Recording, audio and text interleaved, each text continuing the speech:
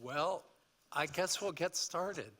And it's my great pleasure to welcome everyone to Worcester for the 2024 Annual Symposium of MassCPR, titled Biology of Endemic, Emerging, and even Submerging Viruses. I'll come back to those terms in a second. My name is Jeremy Luban. I'm a professor here at UMass. I'm also the chair of the symposium, and I will be working with Megan Orzali, my UMass colleague, to moderate today's talks. We had planned to have opening remarks from UMass Chancellor Michael Collins, but we never have a dull moment here in Worcester, and he had to tend to a really, actually quite important matter that required him to be there at 1 o'clock.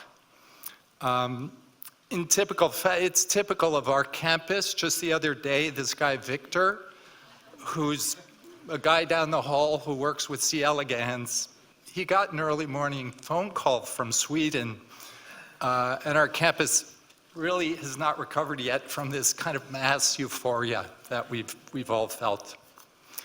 Congrats, Victor.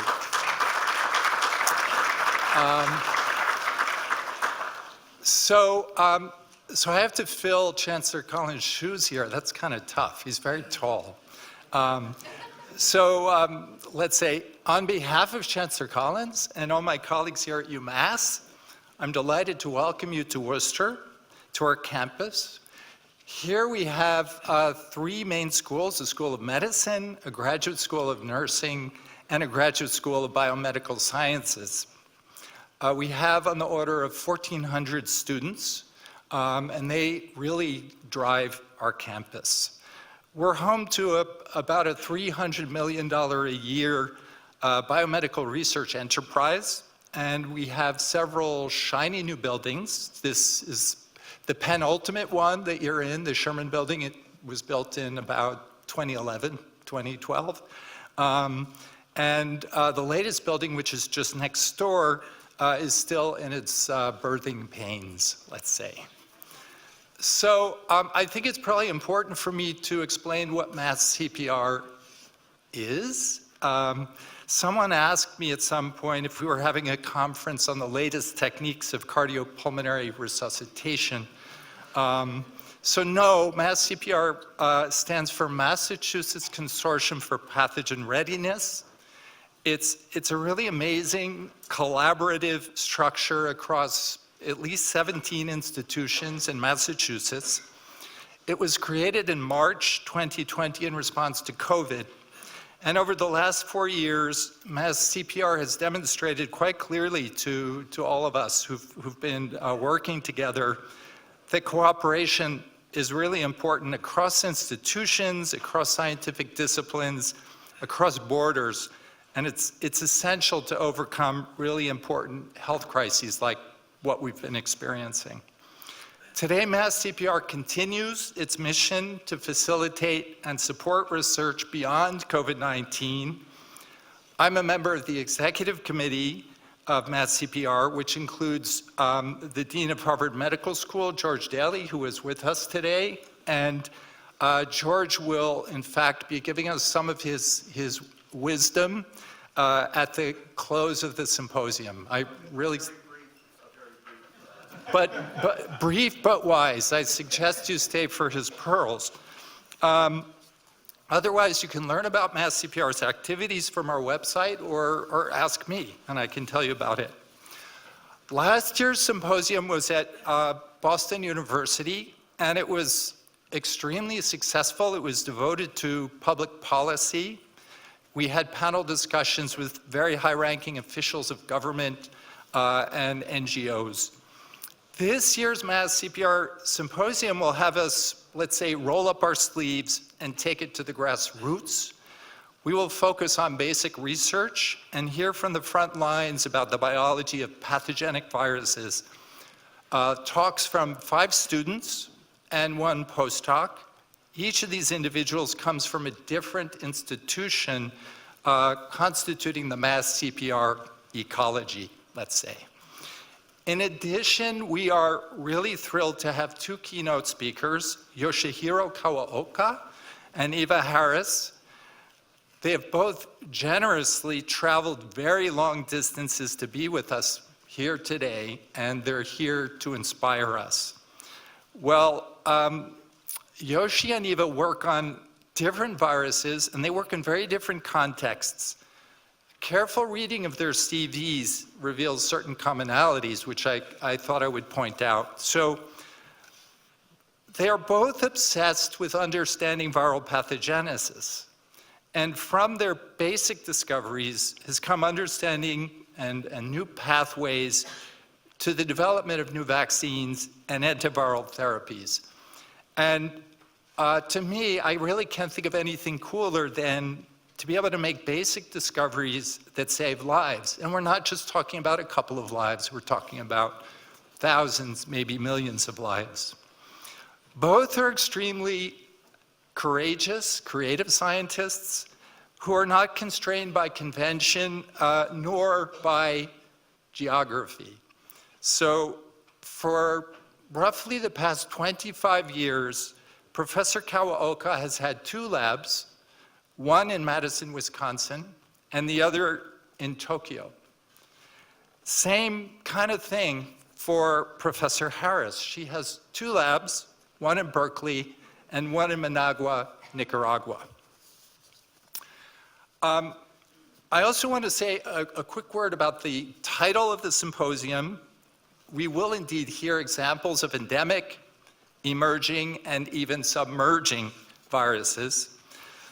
Endemic viruses include the common cold coronaviruses, and we'll hear about some of these from David Bean, who's a student from Boston University.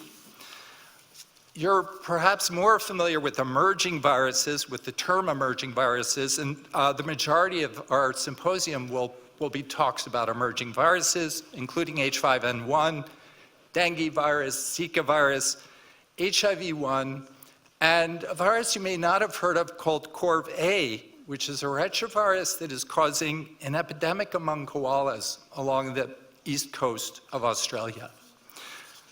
Finally, as sure as pathogenic viruses can emerge, they can submerge. And Wanyu Lee from Harvard is going to tell us about the apparent disappearance of highly pathogenic Western equine encephalitis virus. And I would say to that virus, good riddance. So I think I've taken care of Chancellor Collins' duties and some of my own duties as the chair of the conference. Megan Orzali is going to introduce each of the student and postdoc speakers. I have the additional responsibility of introducing our two keynotes. And so our first speaker is Yoshihiro Kawaoka, and I will try to be quick in my introduction of Yoshi. So he was born in Kobe, Japan, and to this day he remains a Japanese citizen. After obtaining his Doctor of Veterinary Medicine, he obtained a PhD in 1983 from Hokkaido University in Japan. He then made this enormous move, let's say culturally speaking, to Memphis, Tennessee, where he was a postdoc at St. Jude's with Robert Webster. He worked up the academic ladder at St. Jude's until about 1997, when he became a professor at the University of Wisconsin in Madison. And to this day, he retains a professorship there and a very active research program there. That was 1997. 1999, he became a professor at the Institute of Medical Sciences at the University of Tokyo. Today, he is directing big programs there, pandemic preparedness, global viral infections programs, still at the University of Tokyo. So as I mentioned before, in the order of 25 years, he's been running programs in Wisconsin and in Japan. He has at least 17 major awards. He's a member of the National Academy of Sciences in the US and also the National Academy of Inventors. He's won the Keio Medical Science Prize and the Robert Koch Award, among many others. He's made groundbreaking discoveries concerning the replication, pathogenesis, and immunity of influenza virus, Ebola virus, and now most recently SARS-CoV-2. Just a couple of highlights. He developed the first plasmid-based reverse genetic system for influenza. And I think it's hard to describe how important this is for the field, for all of the efforts in terms of understanding how viruses replicate, how they evolve, and how we can attack them with vaccines and antivirals.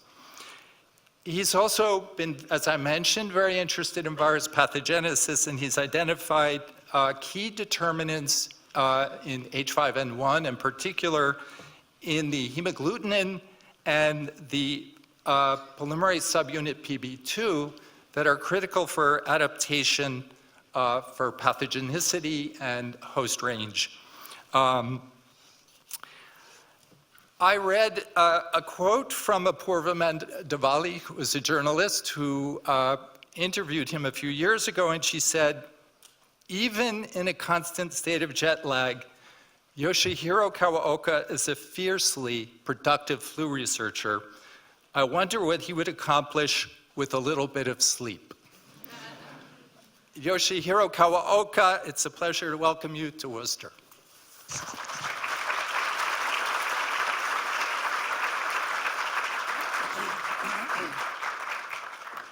Thank you very much for a very nice introduction, Jeremy. And thank you very much for the opportunity to talk to you some of our work. Today I'm going to talk about this virus, highly pathogenic avian influenza viruses in US cattle. I'm not going to talk about any in-depth pathogenesis analysis or anything that we do, or the imaging analysis that we do for SARS-CoV-2 influenza, because this outbreak is so unique and so new. We're just scratching the surface of this outbreak at the moment. But since it's new, I'm going to talk about this one. So this is my COI. This highly pathogenic avian influenza outbreak in US cattle is unique in 2 points. The type A influenza viruses have never caused sustained transmission in cattle. And the H5N1 highly pathogenic avian influenza viruses replicate mainly in mammary gland of lactating cows, unlike regular influenza viruses, which of course replicates mainly respiratory organs. So I'd like to first acknowledge individuals who contributed to the work that I'm going to present. Alexis Thompson, Amy Swinford, and Kirill Dmitriev at the Texas A&M, and Keith Paulson at the University of Wisconsin Veterinary Diagnostic Lab, and Tara Barnhart, she's a local veterinarian in New Mexico. And then people in my group in University of Wisconsin at Madison and also University of Tokyo. No, not that one. Pointer. Here you go. All right, let me give you some background about H5N1 viruses of the Guangdong lineage. So this virus was first identified in 1996 in southern China, local goose farm. And then the virus caused outbreak in Hong Kong in 1997, infecting 18 people. Of those, 6 died. Between 2004 and 2006, the virus spread Southeast Asian countries. And then in 2005, the virus caused a major outbreak in wild waterfowl in Qinghai Lake in China. And then the virus spread to Europe, North America and South America. So far, more than 900 people have been infected, with case fatality rate is about 51%. And not only avian species, this virus now infects many mammalian species. In 2022, there was a major outbreak in minks in mink farms in Spain.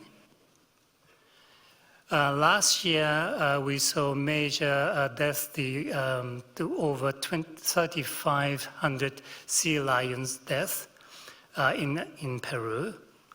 And this year, we saw 17,000 elephant seal pups dying in Argentina. And now cows, lactating cows.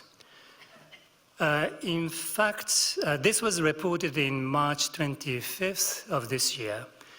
But in fact, the beginning of this year, people noticed the reduction of milk production and appetite in dairy cows in Texas. But nobody expected the causative agent was the H5N1 of highly pathogenic virus. So the virus spread to many different states because cows that are infected with the virus are transported. So thus far, 15 states have been affected and 473, oh, this may be the older one, but that's okay. And then 3 states have been affected. This information is about 2 weeks ago. So now it's over 200 cases. But this is way underestimated because we are not doing any active surveillance. Beginning of this month, USDA is going to do the active surveillance. So there will be more cases now. Not only cows, but also cats on the farm have been affected. In this particular farm, more than half of the cats were infected and died. Because cats drink milk like this. And as I'm going to present the lots of virus in this milk. The virus has been, the humans have also been infected with this virus. Now, if you just look at this cow lineage, this 2344B, B1, B3, 13 lineage, these are the number that have been infected. Actually, this is more than that now. This is an old slide. But this particular case is interesting, Missouri case. There's no information about the contact of this individual with any animals, but this person got H5N1 infection. There's another person who is living with this individual who became seropositive. Again, this person also does not have any information about the contact with animals. This poultry case is this is all human case, but involved in poultry. This poultry were infected by H5N1 from cow. The cow, people who went to a cow, and that also worked with the poultry industry. And USDA did active surveillance of individuals who went into a poultry house for culling. So 2 farms, only 2 farms, not USDA, CDC, only 2 active surveillance of 2 farms found 9 infections. So you can imagine a lot more people have been infected with this virus, not reported. Since the H5N1 virus is infecting cows, lactating cows, so the obvious question is the milk supply safe? So if you go to a supermarket and get milk samples and do PCR on H5, then you find PCR positive milks at the supermarket. So we obtained milk samples from H5N1 infected cows at the beginning of April. And we obtained 11 milk samples from 11 different cows, and found infectious virus in 8 of the 11 samples. Now, as you can see, CT value of these, some of them is very low, and we found 6 times 10 to the 7th infectious particles per ml. It's a huge amount of virus in milk. So we then examine the heat stability of the virus in milk samples because milks are pasteurized, and different countries have different conditions. Many places do 72 Celsius treatment for 15 seconds or 63 degrees for 30 minutes. This is standard. So what we found is that at 63 degrees, even 5-minute treatment is insufficient to inactivate the virus completely. Here we have 2 different milk samples. But at 72 degrees, even 30-second treatment, we still found some residual infectious virus with this sample. And we are not the only group who did this kind of work. There are others, but we and others used milk samples from H5N1 infected cows. Others spiked normal milk with influenza virus, H5N1 or regular seasonal influenza virus. And no study have compared the heat stability of bovine H5N1 virus in milk samples from virus-infected cows and virus-spiked milk samples. The reason why this is important is this paper published in 1980. They tested heat stability of FMDV, foot-and-mouth disease virus, in milk. So what they did is shown in this slide. They used 2 milk samples. One, the virus in the milk samples from cow infected with FMDV. The other one is the virus spiked into normal milk. And they treated these samples at 56 degrees at different time. And as you can see, 2 log difference in heat stability. Okay.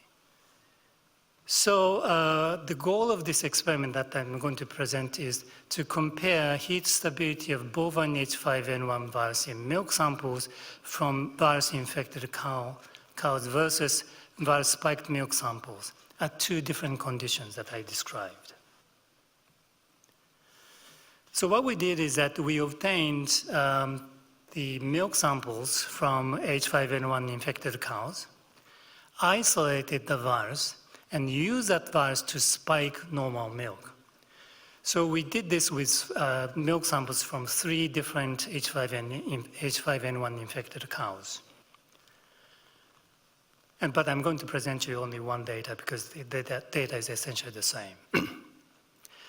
So as I mentioned, at 63 degrees, even 5-minute treatment was sufficient to inactivate the virus. So we took time points less than 5 minutes. Now, natural indicates the virus in milk samples from H5N1 infected cows, and spiked samples, of course, it's spiked. Y-axis indicates the infectious units. X-axis indicates time we treated samples. As you can see, there's a clear difference between the virus in the H5N1 infected cow milk, versus the virus spiked into the normal milk. And this is reproducible. And then when you look at half-life, you see clear difference between the 2 samples. So the virus is more stable in milk samples from virus-infected cows at this temperature. Now at 72 degrees, we found infectious virus, even treatment of samples for 30 seconds. So we extended treatment up to 40 seconds. And as you can see, although the difference is small, but you can see a difference between natural, the virus in the H5N1 infected cow milks, versus virus spiked into the milk. And this is reproducible. And you can see a difference in half-life between these two samples. So highly pathogenic influenza viruses in milk samples from virus-infected cows are more heat stable than those spiked into milk, due possibly to fat globules, milk proteins, and other factors. Now, if you take very small amount of milk containing H5N1 virus, and then inoculate mice orally, they all get infected and die. So drinking milk containing H5N1 virus is not a good idea.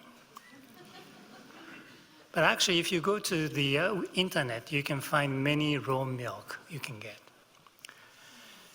Next, we examine transmission of H5N1 from virus-infected lactating mother mice by infecting mice with the lactating mice with the 100 PFU of H5N1.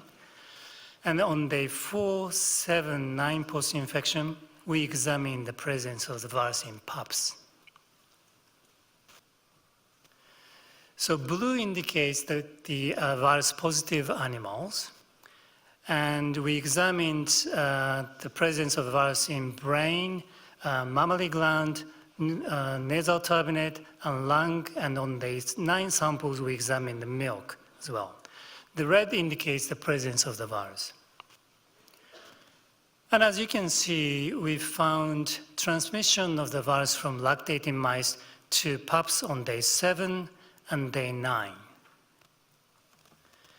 If you do the same experiment by co-housing adult mice, we did not see any transmission to any of these adult mice, suggesting that these pups were infected by drinking virus-containing milk.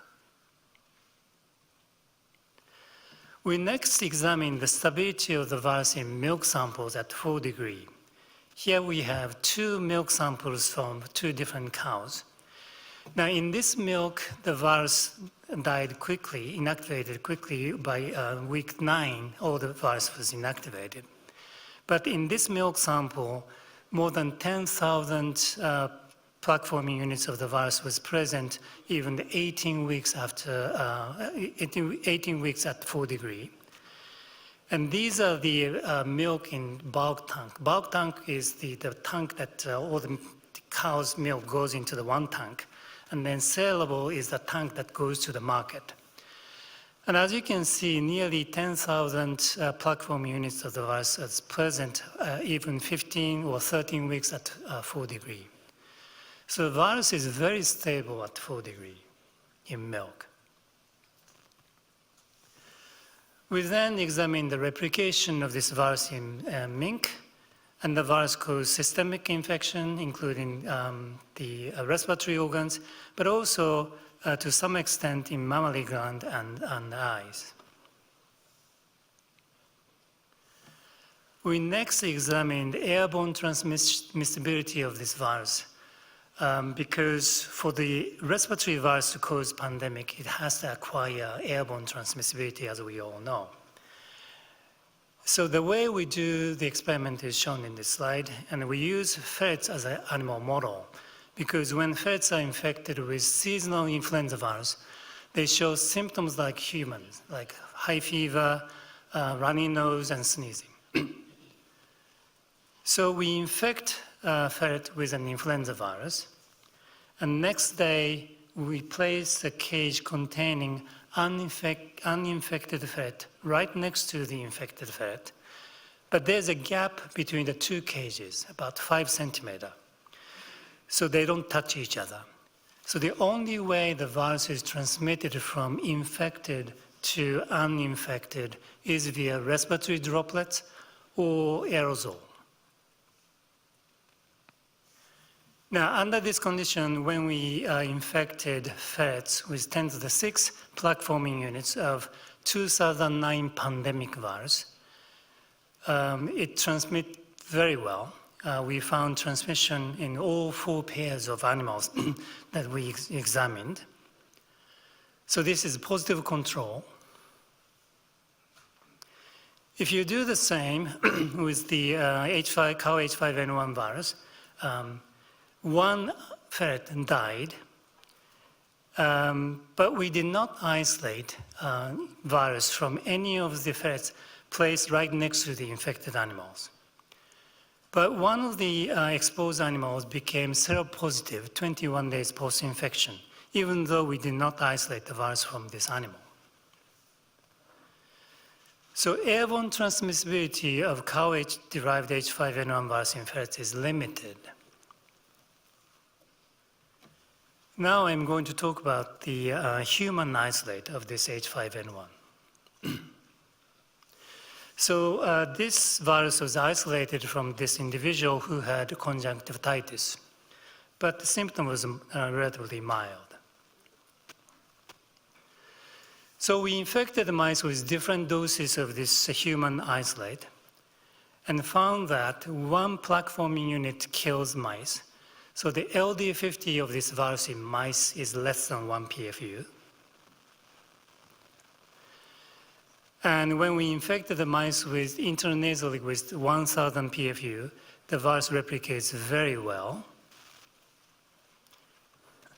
In ferrets, the virus also replicates very well in even the mammary gland and eyes. These animals are not lactating. We then examined the airborne transmissibility of this virus using the system that I described. So as I mentioned, the cow H5N1 virus does not transmit very well. But when we infected this human isolate using the same amount of virus, 10 to the 6 PFU, all 6 animals died. And we saw transmission to 2 of the animals. And those animals died. Now, we did not this animal also died, but we don't know why, because we did not isolate the virus. But these 2 animals died, got infected via respiratory droplets or aerosol. And you can imagine the amount of the virus in the aerosol and respiratory droplets. Even that such a small amount of the virus causes lethal infection in ferrets. Because 10 to the 6 infectious units killed all the animals, we next reduced the inoculum to 1,000 PFU and found all 6 animals died, and we saw transmission to 1 of the exposed animals. Now, because 1,000 PFU was too much, we reduced inoculum to 100 PFU. Again, all animals died. And then 1 of the animals also died, infected and died. Now, this animal, we did not isolate the virus, but 21 days post-exposure, we found the antibody. Now, because 100 PFU was too much, we reduced inoculum to 10 PFU. And again, we found all the animals died. And then we saw transmission. So the cow origin H5N1 virus from a human is highly lethal and airborne transmissible in ferrets. Now, I'm showing you the data in a different format of the same experiment. So this is the infected animals with 10 to the 6th or 10 to the 3rd. All the animals died by day 4. Now, if you reduce the inoculum to 100 PFU, 1 animal survived until day 5. If you reduce the inoculum to 10 PFU, 1 animal survived in day 6, but 1 animal died on day 3. Now, these are the amount of the virus in nasal swab of infected animals and then exposed animals. Different colors indicate different animals. Now, this animal, we have virus from 2 different time points. We swabbed every other day. But all the other animals, these 4 animals, we have only a single time point that was positive, because the next time point, the animal was dead. So the progression of this infection is very fast. We next compared amino acid sequences of cow H5N1 and this human isolate, and then avian progenitor of this lineage, B313. Notable mutations are found in PB2. Now, cow H5N1 contains mammalian adapting mutation at position 631 of PB2. And then human isolate contains mammalian adapting mutation at position 627 of PB2. Now, this mutation at position 627 is very important. During this outbreak in Hong Kong in 1997, 18 people were infected, 10 viruses were isolated from these 18 people. We obtained those 10 viruses from CDC and put them into mice and found that one group of viruses killed mice with less than 11 PFU, but the other group did not kill mice even with 1,000 PFU. So we took representative viruses from each group, 483 and 486. And 483 kills mice, causes systemic infection. 486 caused only respiratory infection and did not kill mice. So we did mutagenesis. We did reverse genetics, making virus and mutagenesis of all the amino acid differences, and found that this mutation at position 627 in PB2 is responsible for this difference. But actually, this is a mutation that was known to be responsible for avian influenza viruses replicate efficiently in mammalian cells. But now it's important for pathogenicity as well. So we examined the polymerase activity of cow H5N1 polymerase complex.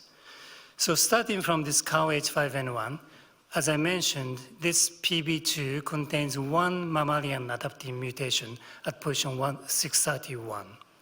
Now, human isolate contains one mammalian adaptive mutation at position 627 in PB2. So we made mutant cow H5N1 PB2 that contains K at this position. So this PB2 contains two mammalian adaptive mutations. We also made a mutant cow H5N1 PB2 that contains avian-like amino acid at this position. So this PB2 mutant does not contain any mammalian adaptive mutation in PB2. Now in chickens, these PB2 do not show any difference. They're all same activity. But in human cells, if you introduce this K mutation in addition to this L631 PB2, this PB2 enhanced polymerase activity at two different temperatures. But if you mutate this L to M, like avian amino acid residue, then reduce the activity in human cells, not in avian cells. Now, if you look at phylogeny of these viruses, the cow H5N1 virus belongs to this lineage. Now, human isolate belongs to a slightly different lineage, and there's no counterpart. So we hypothesized that the avian progenitor went into cow population. One group acquired 631L mutation in PB2. The other group acquired 627K in PB2. But we are not sure whether this mutation occurred during replication in humans or before entered into humans. We next examined drug sensitivity of this cow H5N1 by infecting mice with 10 PFU of this virus and started treatment 1 hour post-infection. twice daily orally with favipiravir, oseltamivir, baloxavir. Now, oseltamivir, like Tamiflu, did not protect mice from lethal infection, but favipiravir and baloxavir, these are the polymerase inhibitors, prevented death from the protected mice from lethal infection. When you look at the virus titer, gray indicates the negative control, no treatment. Also, Oseltamivir shown in this color reduced the virus titer, but all the animals still died. But the two polymerase inhibitors shut down the replication of the virus completely. Because we started treatment 1 hour post-infection, we next delayed the treatment 1 day, 2 days, or 3 days post-infection. And here we are using only baloxavir in this experiment. And we found if you delay treatment 2 days or 3 days, all the animals eventually died. The lavender shade indicates the time that we treated animals with the drug. If you delay the treatment 1 day, 2/3 of the animals died, 1/3 survived. Even though the virus replication was quite suppressed when you delayed the treatment 1 day.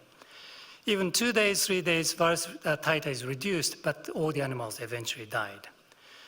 So we are doing the experiment right now, extending treatment up to 10 days. So we next evaluated H5HA mRNA vaccine by vaccinating mice with the mRNA vaccine encoding chikungunya H5HA twice with 2-week intervals. And 6 weeks later, we examined ELISA antibody. And 7 weeks later, we challenged animals with the cow H5N1.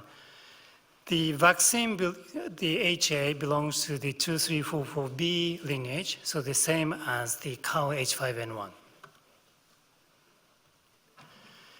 When you look at the ELISA titer, you see the dose-dependent antibody response against homologous HA.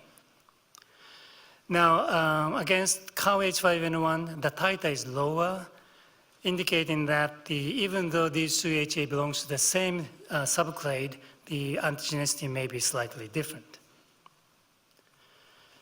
But 2 doses of mRNA vaccine completely protected mice from lethal infection.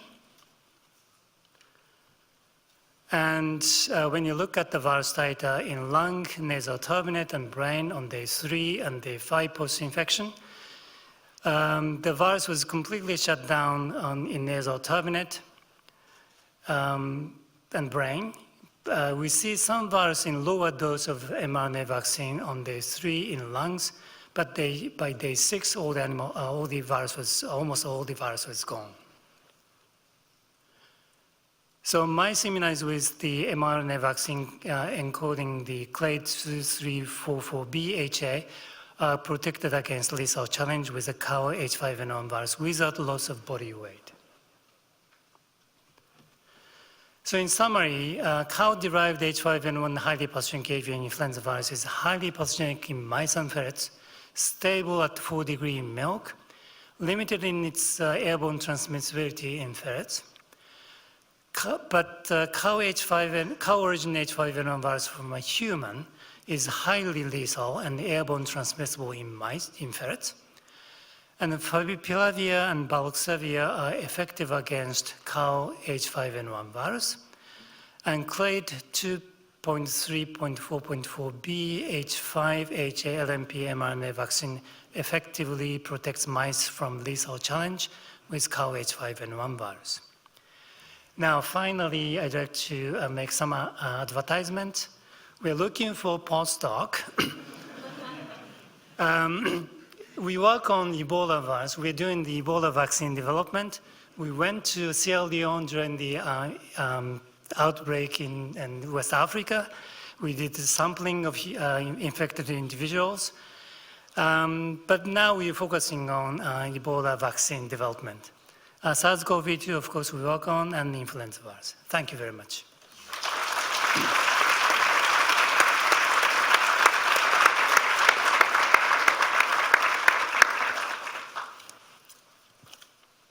Any questions? We have mics going around the room. I have sort of a personal question. What about when you make cheese or yogurt with raw milk? What happens to the virus? So raw milk, of course, is not a good idea. But all the commercial milks and the dairy products are pasteurized. So they are safe. So not the raw milk.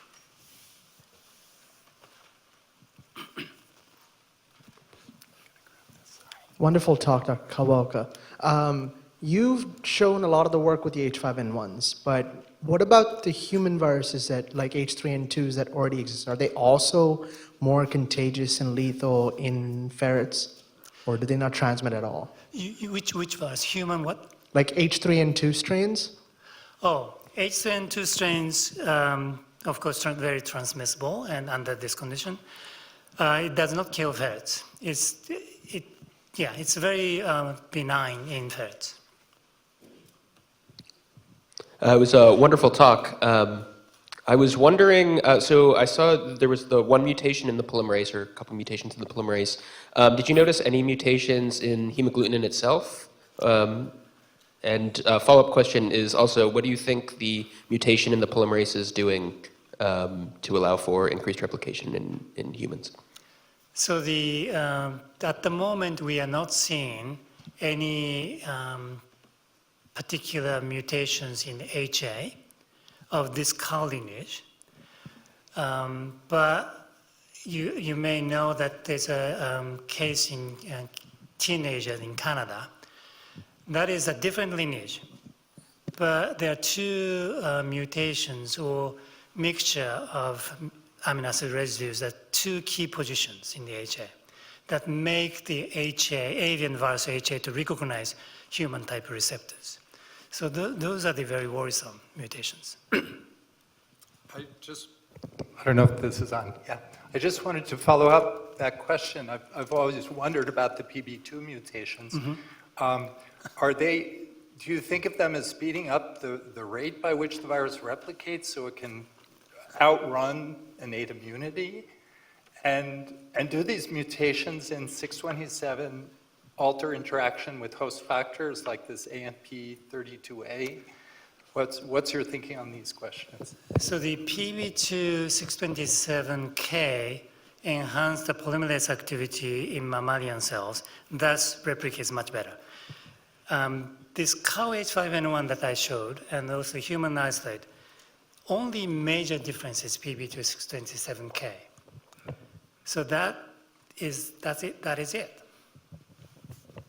What was another question? And do you know anything? Wendy Berkeley studies this species-specific factor, AMP. Yeah, right. Is that relevant? That's it. That's the one. This mutation allows the virus replicating, interacting with AMP32. So it promotes interaction with the human ortholog of this factor. Yeah. So I have another question. So you mentioned the cow strain, the human strain isolated, the Texas strain, they are transmissible and lethal in ferret model. But, up to now, most of the human cases identified in the US are mild. It's not seeing the lethal disease, previously we saw in air. So what's the possible reason for this difference? That's the question that people always ask. So one reason can be,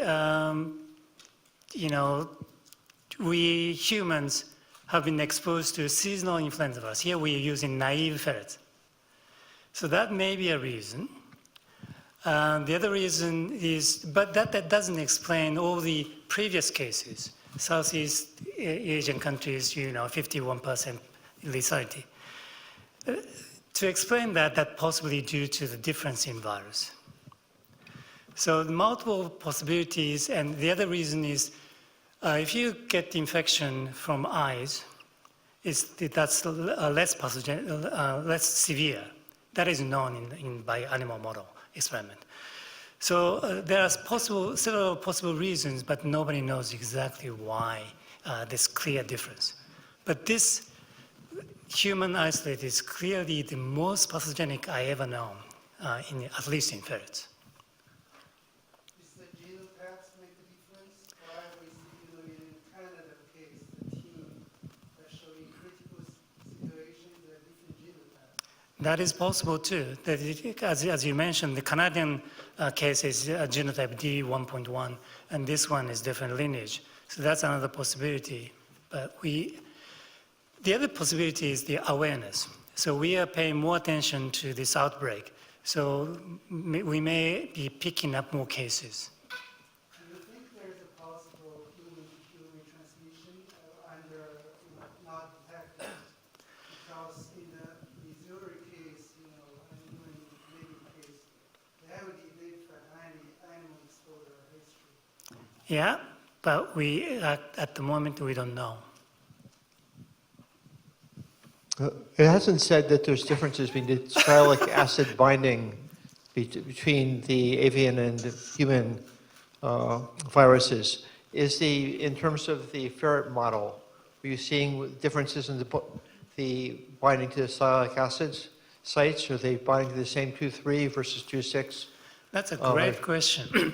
I didn't present it for a reason, but so we find these two cow isolates or human isolates also binding preferentially to alpha-2,3 sialic acid, which is avian type receptors, but we also found binding to alpha-2,6 linked sialic acid. But two other groups found no binding. So there's some differences. But there's another group who submitted a paper, not published yet, but they found alpha-2,6 binding, and also overall avidity of this HA, or this virus, is much higher than other H5. So, and then there's other examples. For airborne transmissibility in ferrets requires at least some binding to alpha-2,6. That is done by using the 1918 Spanish flu virus, starting from alpha-2,6 binding, dual binding, and sole alpha-2,3 binding. Whenever they saw transmission, this is Terry Tumpy's at CDC's work, whenever they saw airborne transmissibility, they saw binding to alpha-2,6 receptors. So, yeah, anyway, so the alpha-2,6 binding probably is real. Okay. So you mentioned that the farm cats died when they drank the milk. So my question is, do you know which tissues were infected in the cats and what was the cause of death? All the organs. The cats are highly susceptible, and then the virus causes systemic infection. It even grows in the brain. So another question. What is the possible transmissible pathways, between those cows? If only the lactate cow were infected, but it's not that hard to control the milk, right? But why they're so going wild in the United States right now? Yeah. I also saw some report that the cows also has some respiratory secretions may also Yeah. virus. Yeah. So at the beginning of this outbreak, people thought the virus is transmitted by milking machine. So when you milk, the mammary gland became negative at some point.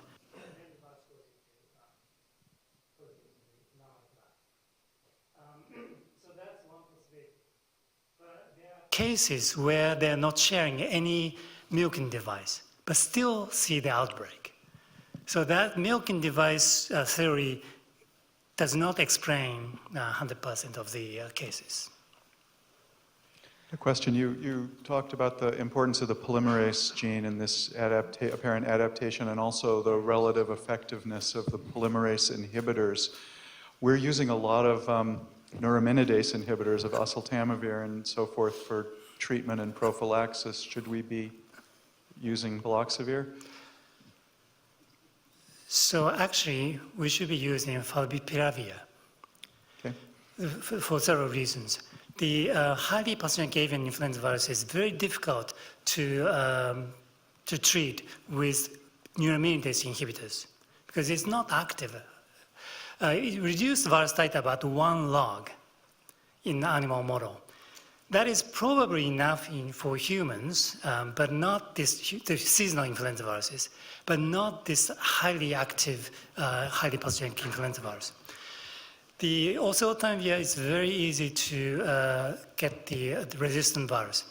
So during the H5N1 outbreak in Vietnam, patients were treated with oseltamivir. The half of the patient developed oseltamivir resistant virus and died. Now, baloxavir is great. It reduces virus titer very well, but we see resistant virus. Baloxavir, you see resistant viruses very easily and still transmissible and do not lose pathogenicity. Now, favipiravir, there's issues because all the problem with the polymerase, but it's very difficult to isolate resistant virus. We tried very hard. It's almost impossible to isolate the resistant virus. So, Thank you. Okay. Well, let's thank Yoshihiro.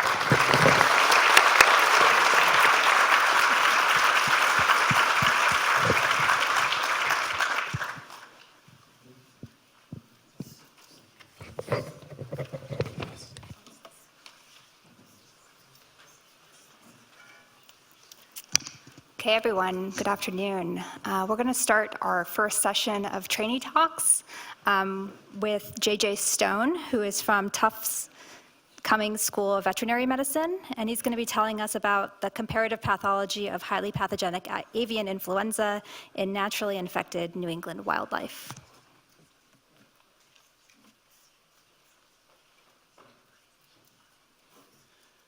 Thank you. So just to kind of reiterate that, I'm Jonathon Stone. Most people call me JJ. I'm a veterinarian and a PhD student in the Runstadler and Martineau labs at Tufts University. And today I'm going to be talking about the comparative pathology. Just a heads up, I will be showing images of diseased organs. So if you're squeamish or that may bother you, you may just want to step out. Kind of just highlighting the big points about the emergence of high-path avian influenza in the US. It arrived to North America in 2021 via migratory birds, and it quickly spread throughout both North and South America, kind of completing its global distribution. Looking at this kind of geographic spread down here, the different colors representing the kind of different waves that the virus has moved through. And at least in kind of wildlife reservoirs, we think of marine birds being our primary species infected, with it primarily affecting the gastrointestinal tract. But with this virus, we're seeing increased morbidity and mortality in a large number of species, including 510 different bird species and 82 different species of mammals.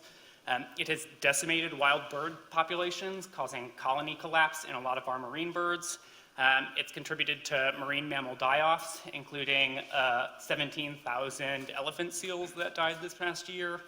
And then similarly, it's gotten into our agricultural animals. So we have 500 million poultry infected, or now it's like roughly 500 dairy farms in 15 states. And since its incursion, there's been approximately 45 human cases, but our focus has primarily been its impact in wildlife species. So to kind of evaluate that, we did some opportunistic sampling. Any Any animals that presented to the wildlife clinic that were flu positive and euthanized were then necropsied. Alternatively, if any animals were found dead as part of a mortality event, they were also necropsied. Overall, we were able to necropsy 35 different animals, representing 22 different species and 7 different taxonomic orders. Of the animals that presented to the clinic, almost all presented with neurologic signs, being ataxia and tremors, and almost all of them were in good body condition, insinuating that this may be more acute than we had previously seen. And then just kind of a note here, we did experience or did respond to 2 mortality events, one in Canada geese and one in a marine duck called scoters. So this is an image from us responding to one of these outbreaks this past February. So what are we seeing in these animals? Roughly 89% of these animals had lesions in, looks like I accidentally deleted the slide there, but looks like roughly 89% had lesions in the gastrointestinal system, representing all of the various orders that we saw. The most common finding being congestion and hemorrhage. So if we're looking at these 2 gross images here, we have the gizzard down at the bottom with the proventriculus or the glandular stomach up at the top. And if you can see right here, these 2 areas here are mucosal hemorrhage, and then all of this like dark brown material is digested blood within the stomach. And then when we look at that histologically, we are seeing a lot of lymphocytic infiltration of the mucosa, primarily the lamina propria. So looking at here, we have the glandular stomach, or the proventriculus of a Canada goose, with the lumen of the stomach being towards the top and the wall being here, with these large structures being glands. Everything within this circle here, all of the more purple area, is all lymphocytic infiltration of that mucosa. Looking more granular at the pancreas, we see pancreatic lesions in roughly 86% of our necropsies. Again, the most common being hemorrhage and congestion. Looking at these up here, this is the pancreas of a great horned owl. This light tan structure in the middle is the pancreas, and that light tan color is normal. These red foci here, that is all hemorrhage. And then looking at this pancreas in this Canada goose, we can see some pretty severe autolysis and congestion. Looking at this more histologically, we have a normal chicken pancreas here with your islet of Langerhans, represented by this 1 and 2. These are considered normal. And you have acinar glands here. Then looking at this Canada goose, we can see that we have fairly normal acinar structures. We have a fairly normal islet here, but then all of this purple area is intense, severe lymphocytic inflammation, insinuating that there was a severe pancreatitis going on. The big kind of caveat there being that it's part of the intestinal system, so we see a lot of necrosis and a lot of autolysis kind of in all of our necropsies.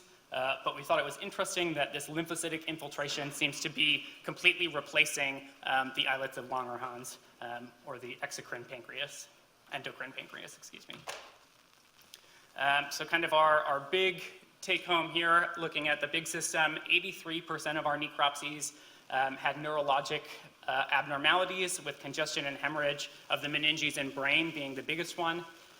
Looking at this gross image of the brain of a northern gannet, we can see some pretty severe hemorrhage of the cerebellum here and some congestion of the cerebral vessels. We're also seeing a lot of meningoencephalitis and necrosis, which is indicated by this arrow up here and kind of a classic red dead neuron. We also have gliosis, or an increase in the number of support cells, which is represented by these circles. And we're seeing a lot of vacuolation, although further investigation of this has kind of implied that it is likely an artifact to how we're processing the tissue. This image of a bald eagle here is to really highlight the point that even within the brain, we are seeing hemorrhage. And if you do some further analysis, looking at what's going on, so here we have the same H&E image, then we have IHC staining here, looking at anti-nucleoprotein, and we're getting positivity all in this area.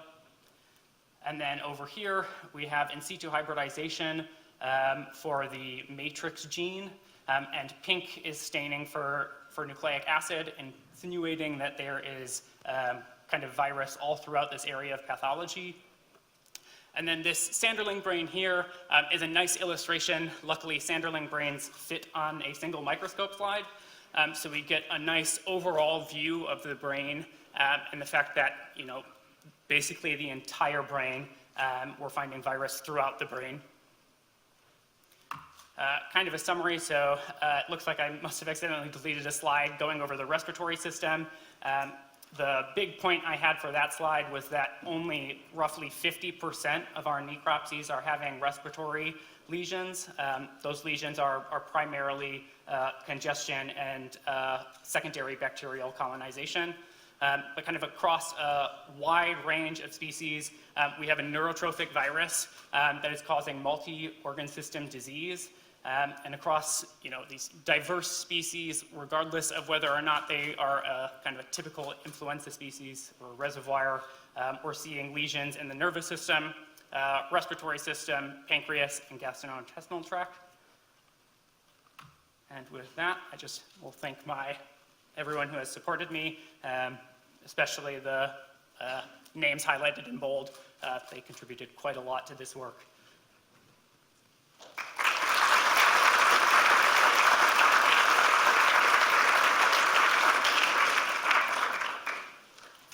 All right, do we have questions for JJ?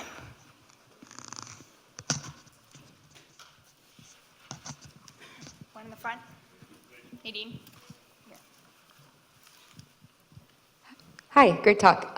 Is there any correlation between where you see virus infiltration and the size of the die-off? I know you only had 2 die-offs, but for instance, if you see respiratory infiltration, Yeah, so do you see sadly, larger die-offs? Yeah, sadly, I can't make too good claims for that. So because this is in wildlife species, by the time we're finding these large die-offs, they're usually pretty far gone at that point. So the kind of the conclusions we can draw from that is fairly limited.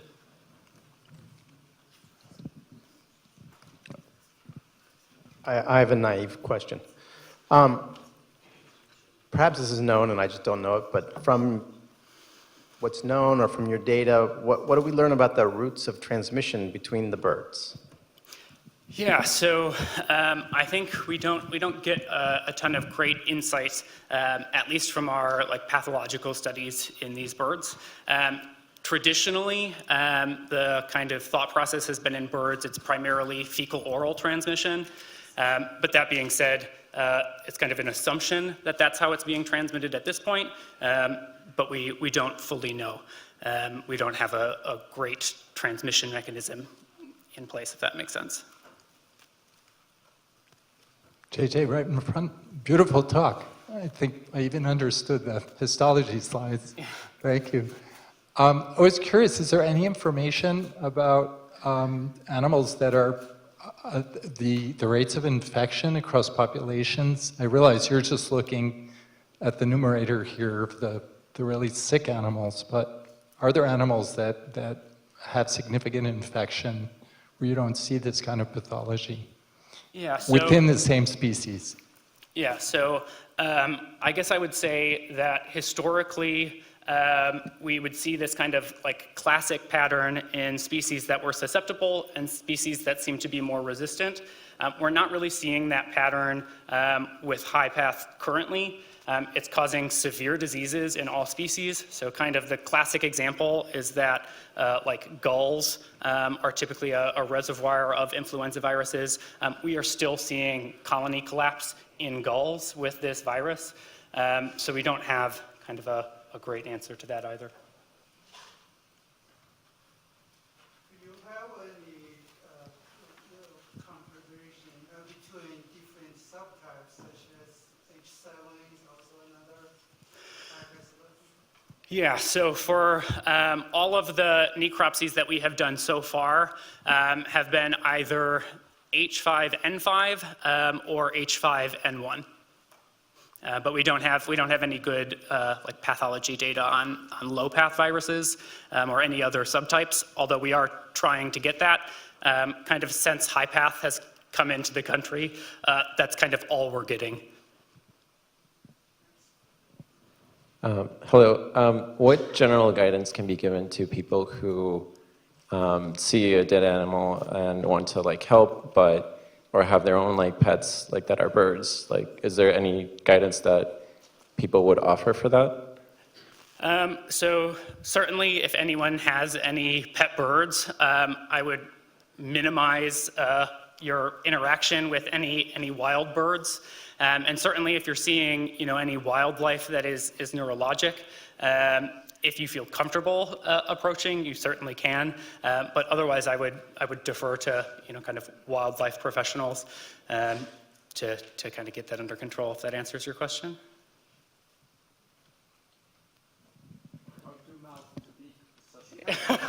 Yeah, no mouth to beak. All right, I think we'll thank JJ one more time.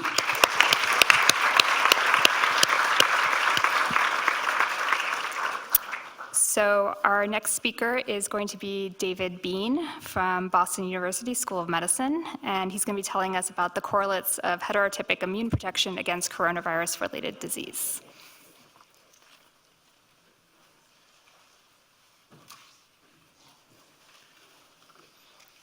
Cool. Thank you for that introduction. I'm David in the lab of Manish Sagar at BU, and today I'm going to be talking about heterotypic immunity amongst coronaviruses. And so just to give everyone a quick background, the first human coronaviruses were discovered in the 1960s with the discovery of these endemic coronaviruses. Two of them are 229E or OC43. They cause anywhere from 10 to 30% of common colds, and everyone here gets exposed to them every 1 to 3 years or so. But what's more alarming is in the past 25 years, we've seen the emergence of more pathogenic coronaviruses. So starting in 2003, we saw the emergence of SARS-CoV-1. 2012, we saw MERS coronavirus pop up, and now more recently, SARS-CoV-2. And so this recent emergence of these more pathogenic coronaviruses really highlights our need to study and prepare for the next coronavirus outbreak, whenever that may occur. And so how do we prepare for the next coronavirus? First, we need to find some commonality between coronaviruses. And so here's just a generic proteome structure that's shared by all coronaviruses, where they have the non-structural proteins in the 5' 2/3 of the proteome, and then the latter 1/3 is the structural proteins, which most people are more common with, like the spike protein. And so if we compare the commonality between these various proteins, we see various levels of conservation amongst various coronaviruses. And so down here is a chart just showing the various proteins of various coronaviruses, whether it's bat coronaviruses or other human coronaviruses, being compared to SARS-CoV-2. And so if we look at some of the non-structural proteins, for example, if I highlight this NSP12 or 13 region, which is important for the replication machinery, you can see that it's highly conserved amongst the various coronaviruses.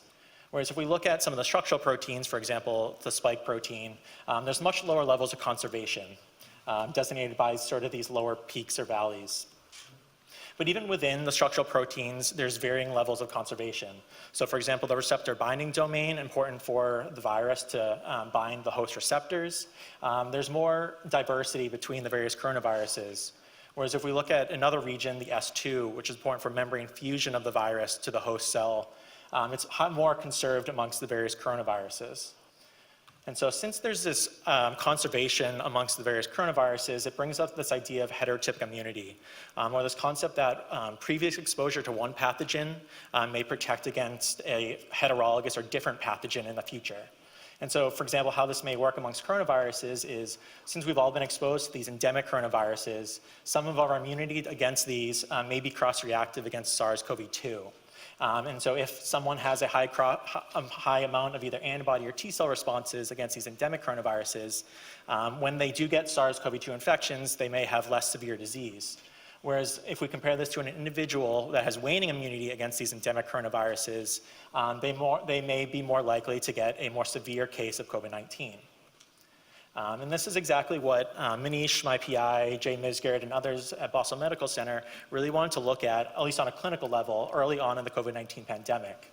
And so what they noted was they found individuals or noticed individuals who were hospitalized for COVID-19 at Boston Medical Center, and then went through their electronic medical records and grouped them based off of their prior exposure to the endemic coronaviruses. And so we have two groups, those individuals with a recently documented case of an endemic coronavirus infection, and comparing COVID-19 outcomes to those individuals that had no recently documented cases of an endemic coronavirus infection. And what they found was, here in green, those individuals with a recent endemic coronavirus infection had a higher probability of survival to COVID-19 compared to those individuals without a recently documented case of an endemic coronavirus infection. And so this brings up this model that a recent endemic coronavirus infection is protecting against severe COVID-19. And this is really where my project came into play, is trying to understand what parts of the immune system, mainly antibody or T-cell responses, could be mediating this protection. And so how I'm first going to test this is look at individuals that had a recent endemic coronavirus infection, and then test their immunity, both antibody and T-cell responses, against SARS-CoV-2 antigens. And so one of the first things I wanted to look at was the ability of antibodies within these individuals to neutralize or prevent the future infection of SARS-CoV-2 particles, or pseudoviruses in my case, which I'm going to be looking at. And so when I looked at neutralization against SARS-CoV-2 pseudoviruses that express the SARS-CoV-2 spike protein in individuals that are either SARS-CoV-2 infected here in black, in pink that are vaccinated, and then ultimately what I really want to look at is those individuals with either a previous or recently documented or presumed case of endemic coronavirus infections here in teal, and then compare them to those individuals with no suspected recent endemic coronavirus infections here in these open circles. And so when I look at neutralization, what I really am interested in is looking at the comparison between these two latter groups. And with neutralization, it doesn't seem to have too strong of a difference with or without a recent endemic coronavirus infection. Next, I wanted to look at another function of antibodies. And so on antibodies, they have an FC portion, or sort of the stem region, that is able to interact with FC receptors on other immune cells, such as macrophages or NK cells, that can mediate the killing of virally infected cells. And so what I did was measure antibodies that specifically bind the S2, that more conserved region of spike, and measure their ability to bind these FC receptors that are found on NK cells, so the FC gamma 3A receptor. And what I find was those individuals with a presumed or recently documented case of an endemic coronavirus infections actually have anywhere from a 7.5 to 8 times higher amount of these FCR binding antibodies compared to those individuals without a recent endemic coronavirus infection. And what I want to note is those individuals with or without a recent endemic coronavirus infection, at least in our study, weren't exposed to COVID-19. So they've never had a previous infection or vaccination before. So where is this immunity coming from? And so when I looked and measured the immunity against 229E spike, so one of the endemic coronaviruses, and try to relate it to the responses that I see against SARS-CoV-2, when I look at those individuals without a recently documented case of endemic coronavirus infections, we see no correlation. But interestingly, when I look at those individuals with presumed or documented case of endemic coronavirus infections, we see a strong positive correlation. And we see a very similar response when you compare OC43 responses to that with SARS-CoV-2 as well, implying that a recent endemic coronavirus infection is boosting these cross-reactive antibodies that combine both the endemic coronaviruses but also SARS-CoV-2. And so going back to this model, it seems that recent endemic coronavirus infection is boosting these S2 specific antibodies that are able to bind the FC receptor and potentially mediating the killing of virally infected cells. And this could help prevent against severe COVID-19. But I didn't really want to stop there. And so we wanted to look at the opposite scenario. So now that everyone here has been exposed to SARS-CoV-2, whether from an infection or vaccination, how well are we prepared and can combat against recent endemic coronavirus infections? Or more broadly, how could we be prepared for coronaviruses in the future that we may not have been exposed to as of yet? And so we can go back to our clinical analysis and start noting individuals that came into Boston Medical Center starting in 2021 that came in with signs of respiratory infection and tested positive for one of these endemic coronavirus infections. And we can go back through their electronic medical records and group them based off of their SARS-CoV-2 exposure status. So whether they've had a prior infection, a prior vaccination, but no history of infection, or neither infection or vaccination against COVID-19. And so when we look at the rate of symptomatic endemic coronavirus infections between these three groups, what we found was those individuals with a prior SARS-CoV-2 infection actually have a lower rate of getting these symptomatic endemic coronavirus infections, whereas those individuals that are either vaccinated or have no exposure to SARS-CoV-2, either infection or vaccination, they're not well protected. And so kind of going back to this model again, it seems that a SARS-CoV-2 infection is helping to protect against these symptomatic endemic coronavirus infections, whereas the current COVID-19 spike vaccinations don't elicit the same protection. And so once again, I can look at both antibody and T-cell responses to see what's mediating this protection. And so now I'm going to look at those individuals with a SARS-CoV-2 infection or vaccination, and then test their immunity against the endemic coronaviruses. And so similar as before, I can look at the ability of these antibodies within these individuals to bind the Fc receptor that's found on NK cells.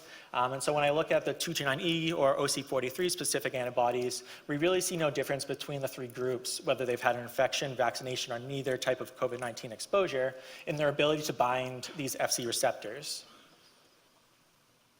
When I look at neutralization of these antibodies, we kind of see a similar trend, especially when we look at 229E spike. Interestingly, when I look at OC43 spike neutralization, those individuals with a SARS-CoV-2 infection or vaccination actually have a lower rate or a lower ability to neutralize OC43, sort of implying that exposure to SARS-CoV-2 might be eliciting more non-neutralizing antibodies against OC43. Since the humoral or antibody response wasn't really explaining this protection against these endemic coronaviruses, this is where I shifted focus and started looking at T cells and their ability to recognize OC43 antigens. And so when I first look at T cells, whether they're CD8 positive T cells or CD4 positive T cells, and their ability to recognize OC43 spike peptides, we really see no difference between these three groups. Where we start to see a difference is when we look at CD8 positive T cells that are able to recognize some of that more conserved non-structural proteins important for viral replication and transcription. And so those individuals with prior SARS-CoV-2 infection here in black have anywhere from a 9 to 62 times higher amount of CD8 positive T cells that are able to respond to this replication machinery peptides. When I look at CD4 positive T cells, we don't see the same response. So it seems to be something specific about CD8 positive T cells. And so kind of to wrap up, at least from this second half of my presentation, it seems that a SARS-CoV-2 infection is eliciting these cross-reactive CD8 positive T cells against this NSP12 or 13 region that's highly conserved. And this could help mediate the protection against these symptomatic endemic coronavirus infections. Since the current COVID-19 spike vaccinations don't include this NSP12 region, we're not seeing the same protection. And so I would argue in order to create the breadth of future coronavirus vaccines to create maybe potentially a pan-coronavirus vaccine, we may have to include more conserved non-structural proteins and at least to elicit more protection against severe disease. I also highlight, I didn't see any strong responses with neutralization. And so it seems to be that either after infection or the current vaccination strategies, they poorly elicit sort of a broad cross-neutralization across a wide variety of coronaviruses. And so that's something else we have to improve for future vaccines going forward. And so with that, I'd like to thank all the members of my lab, all my collaborators, my funding sources, including MassCPR, but most importantly for the patients of Boston Medical Center for donating samples to this study. And so with that, I'd be happy to take any questions.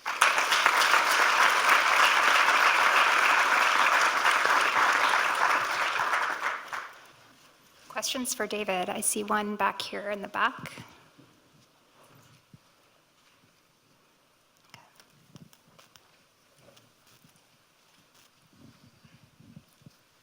I just had a question about the one plot you showed about the percent endemic coronavirus symptoms. It looks like the people with a COVID-19 vaccination are almost doing worse than the ones with no SARS-CoV-2 exposure.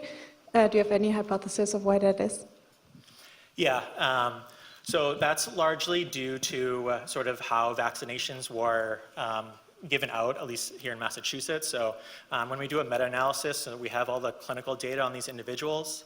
And so when we actually take out and look at other factors, It seems that exposure status with vaccination or infection, that really doesn't seem to matter. It seems to be more related to age. And so since all the people who were vaccinated first tend to be older, they seem to be getting more of these symptomatic endemic coronavirus infections compared to the younger individuals. I also point out we also had clinical data on other respiratory viruses like enterovirus, and there was really no difference between those vaccinated and infected. And so it seems to be a specific response that we're seeing against the endemic coronaviruses. That's a beautiful talk. So I'm thinking about how the other coronaviruses are replicating in a sea of SARS-CoV-2 immunity. And it seems like two overlapping things are likely to happen or possibly could happen. One is we would see less disease from those coronaviruses. And the second would be there would be evolution in those strains away from the cross-reactive immunity. And I wonder if you think or have seen any of those two things happening. Yeah, so at least with the COVID-19 pandemic, since a lot of people were isolated, everyone basically lost immunity or over that year or so to the endemic coronaviruses. And so it was kind of an interesting study to see these endemic coronaviruses starting to come back again. But yeah, now that everyone has immunity towards SARS-CoV-2, I don't know if we have any real data on sort of how severe or less severe these infections are. I also know we're only looking at symptomatic endemic coronavirus infections, so we don't really know about at least the protection against infections alone. But at least with SARS-CoV-2 infections, it seems like we're getting less severe disease.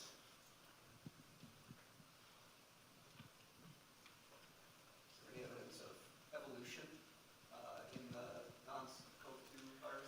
Yeah, so that's something we're actually looking up now. So at least for OC43, a lot of the reagents that everyone uses date back to the 1960s.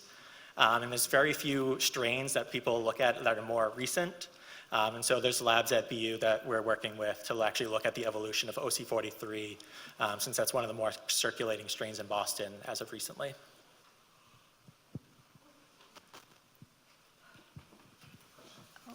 Have you broken down the actual epitopes in those proteins? And are those conserved clearly? Yeah, so in my peptide pool, I only included sort of more conserved peptides. And so now I'm trying to go back, or could go back. So I have a pool of about 30 or so that I could work through and find which are the most specific ones. I guess I run into problems of various HLA recognition, but that's something to look forward to for sort of narrow down those epitopes. Thank you. Okay, thank David. So our next speaker and the final for this session is going to be Shira of Weingarten Gabbay, who is going to tell us about the dark proteome of human viruses. And she is from the Broad Institute of MIT, but soon to be Harvard Medical School. Thank you so much. Hi, everyone. So my name is Shira. I'm a joint postdoc in the lab of Pradis Savedi at the Broad Institute and the lab of Charlie Rice at the Rockefeller University.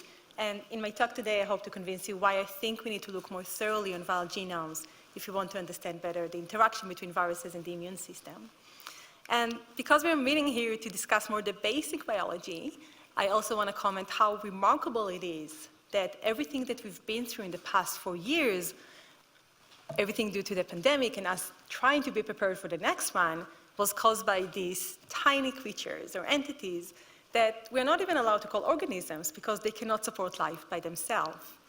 Viruses have less than 10,000-fold genetic information than we do, yet they have everything they need in the genomes in order to establish infection and defeat our pretty sophisticated immune system, which makes it into a really interesting storage problem. How can they store all this information within these relatively small genomes?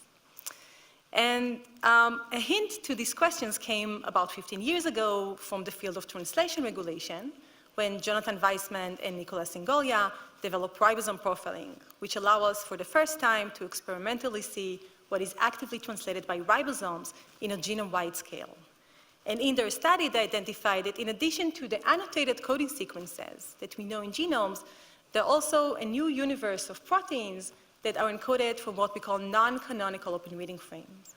these open reading frames are shorter than what we might arbitrarily decided the length of open reading frame, which is roughly around 100 amino acids.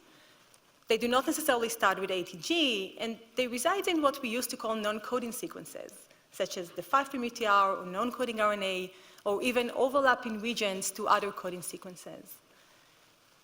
Expanding these methods of ribosome profiling from bacteria through yeast to mammalian cells and a handful of viruses expose that our genomes are full with this non-canonical open reading frame. And we don't really understand yet what is the function of many of these new proteins, but they are highly relevant when we think about how our immune system see and recognize cells that are infected with viruses, and this is due to the antigen processing and presentation pathway. So basically, when viruses enter the cells, the mRNA is being translated into proteins. These proteins are then being cleaved and processed into small peptides that are presented on the MHC class I complex or in human HLA-1 and presented on the cell surface. And T cells that constantly circulate in our body see these foreign peptides, and this signals to these T cells that the cell is infected, leading to eliminating the infected cells. So obviously, we really want to know what is the identity of these small T cell epitopes, as David mentioned. This can really lead to us better designing T cell-based vaccines. But most of the studies focus on the peptide originating from the canonical proteins, the one that we know to search in viral genomes. And they suggest that there is another space of sequences that we are mostly ignoring and can harbor potent T cell epitopes. So when COVID-19 hit, we were quite interested about these sequences, and we wonder if non-canonical open reading frame can also contribute to antigen presentation in SARS-CoV-2.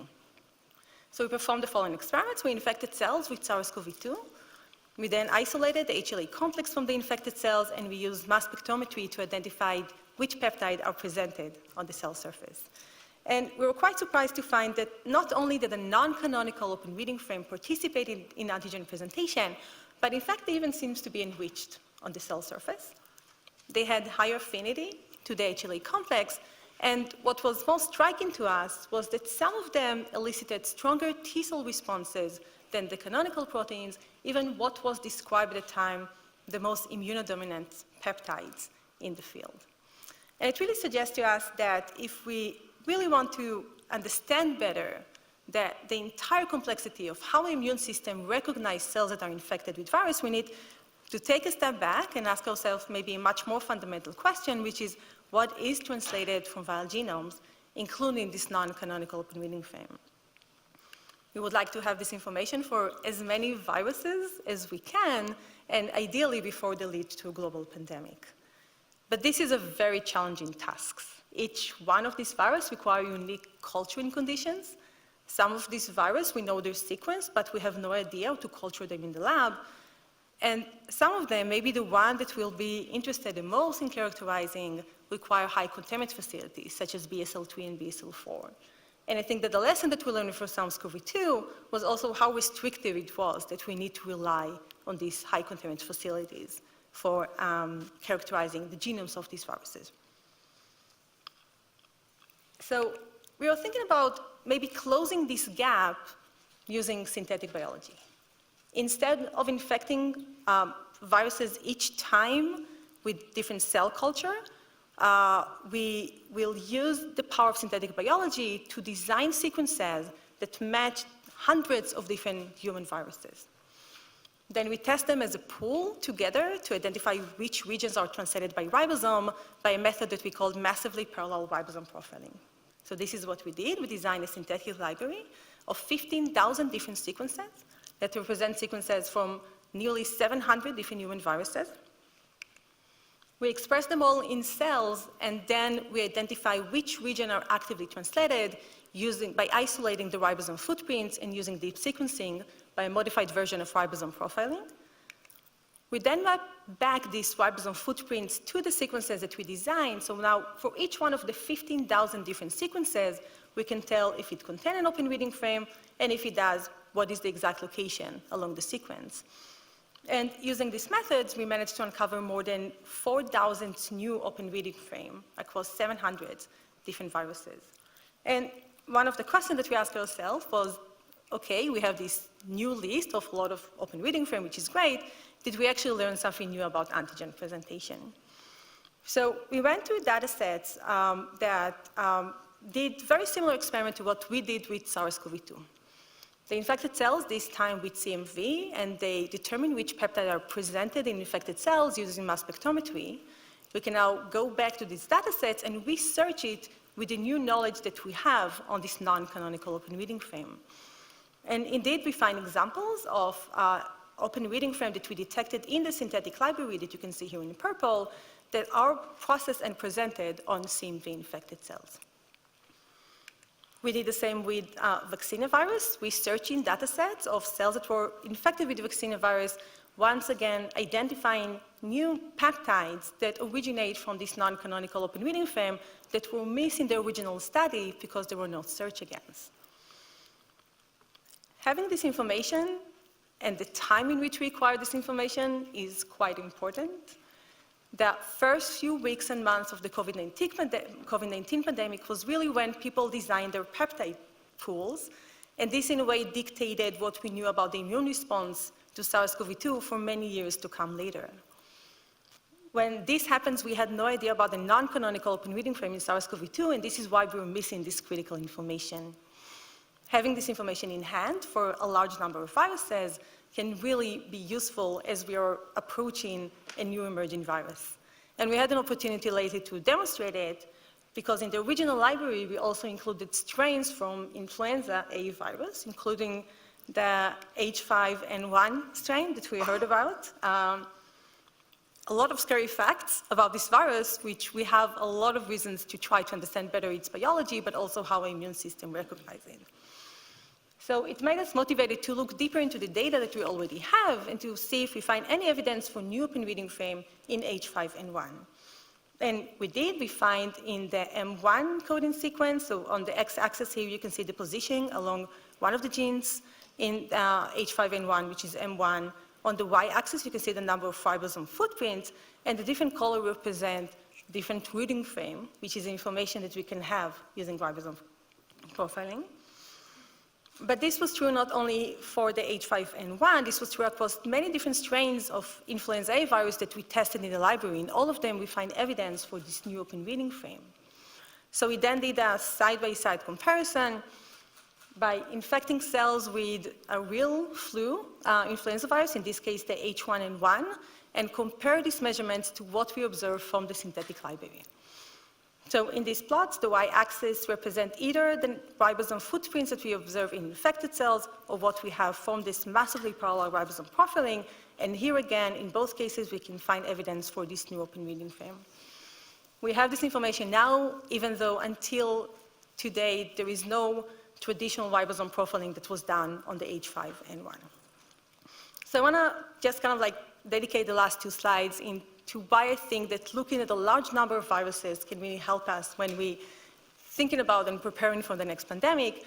And I think that the WHO really beautifully coined the term disease X to represent the knowledge that we can try to prepare for any specific type of virus. We can try to guess what will be the next pandemic. The truth is that we cannot really tell, right? We cannot really tell what will be the next emerging, re-emerging, or sub-emerging virus. But how can we prepare for something that we do not know its identity? Maybe by looking at a large number of viruses and starting to understand their design principles, trying to find some patterns, some commonalities, some vulnerabilities that are shared among different viruses can teach us some basic principles that will allow us to respond to a new virus as it emerges. We will do all that in the lab that I am opening. Very pleased to join the microbiology department at Harvard Medical School in January. So if you're excited about synthetic biology and systems biology and virology, I'll be happy to chat more.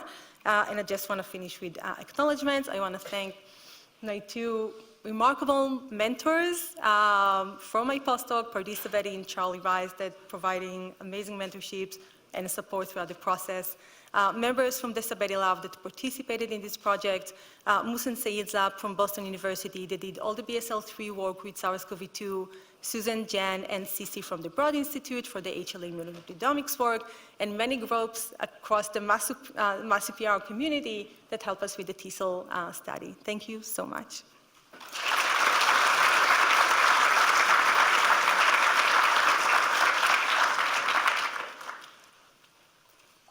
questions for Shira? See a couple in the back here. Great talk, thank you. So I was wondering if you observe any codon bias in these non-canonical open reading frames based on virus. Yeah, so we haven't. We haven't observed any codon bias. I will say more general that the non-canonical open reading frame, and this is, I will group them all into one group, and there are obviously differences. They are less conserved than the canonical one. So they can acquire probably more mutations, which kind of like, as a side note, makes what I think if viruses use them on purpose, which is a big question mark, but if viruses use them on purpose, maybe this can lead to some sort of a new immune evasion mechanisms that we still need to understand better, which I guess this is what you are referring to. Yeah. I was also curious about the translation system that you use. What kind of translation systems that you use, like mammalian translation or RRL? Exactly. So we used cells, and we did with different cell lines. One of them is HEC293 cells and A549 lung carcinoma cells.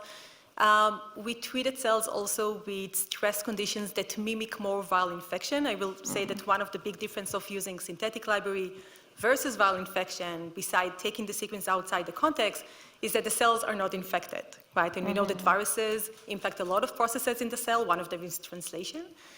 So we also, in one of the experiments, we treated cells with poly-IC that mimic double-strand RNA, and this is something that kind of like light up innate immunity and make the cells more similar to what they will be when they encounter viral threats. Yeah, thank you. I'm all the way in back.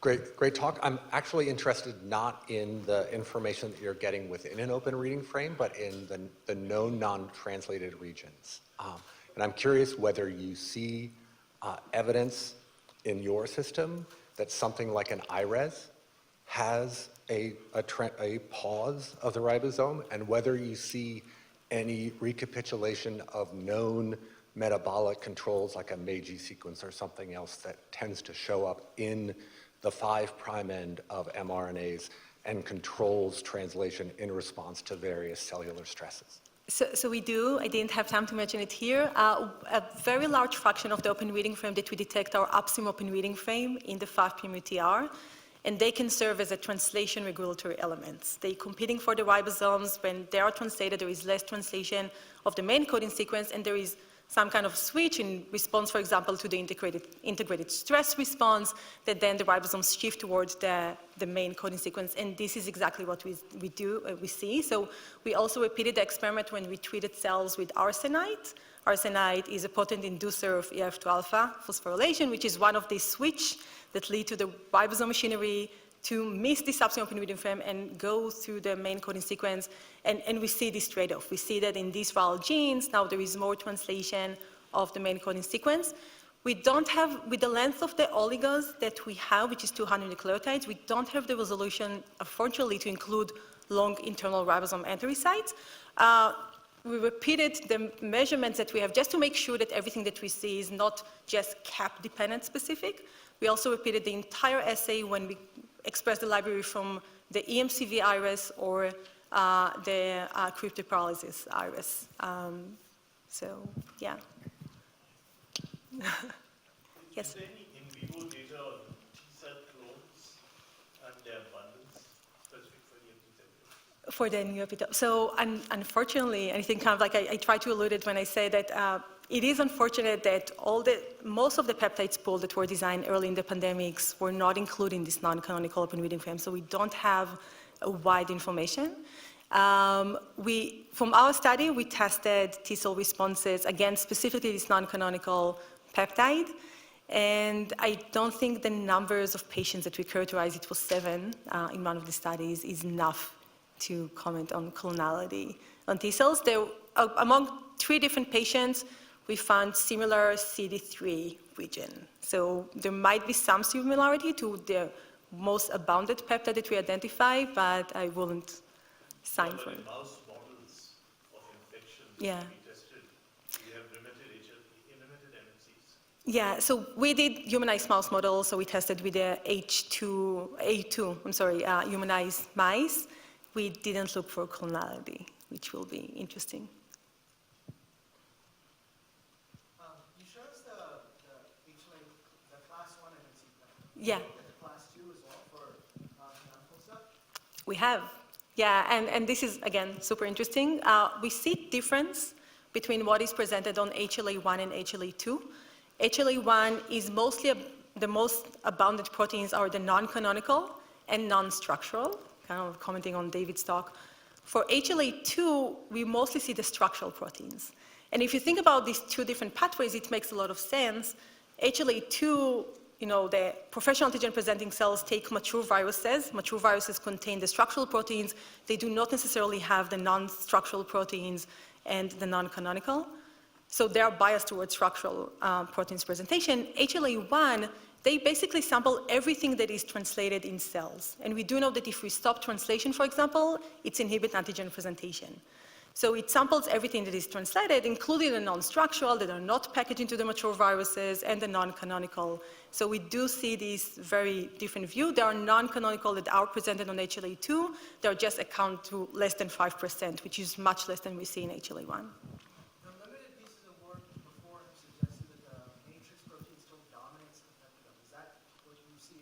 I'm sorry, can you repeat it? The previous immunopeptidome works have suggested that the matrix protein dominates the peptidome because it's the most abundant protein that's there. Is that what you observe as well? So we don't see evidence that the matrix protein dominant presentation, both in class 1 and class 2. The nucleocapsids, which is, I think, at the level of the protein is the most abundant, it also kind of like play a large fraction within the structural proteins, and we find also few peptides from the nucleocapsids to match this previous observation. Is there a question in the back? I was wondering if there's a way to avoid translational read-through in your experimental design. Yeah, so there is. We repeated the same experiment also when we use, and this is a bit technical detail, you can, in order to do this experiment, you can use an inhibitor of ribosomes that just pause elongating ribosomes. This is cyclohexamide. You can repeat the exact same experiment when you inhibit only initiating ribosomes. And this allows you to really pinpoint what is the translation initiation sites. And this is exactly what allows you to differentiate between read-through or frame shifting, for that matter, versus genuine true initiation. So we can use this data, and the predictors that we use to call open reading frame from this data also use this information, so we can differentiate between open reading frame and potential read-through. All right. Thank you so much. Thanks, Shira.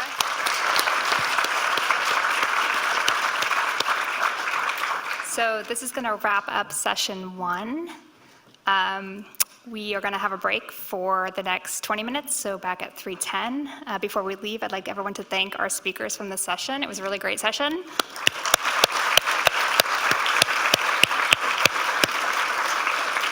I'd also like to thank all of our speakers for staying on time, and actually under time for many of you. I think maybe we scared you with our time limits, so thank you for that.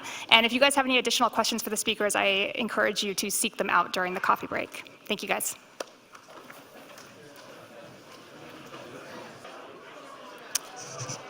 Okay. We're going to get started.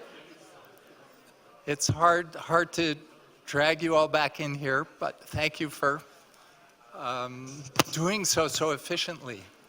So once again, I'm here to introduce our keynote speaker, our second keynote.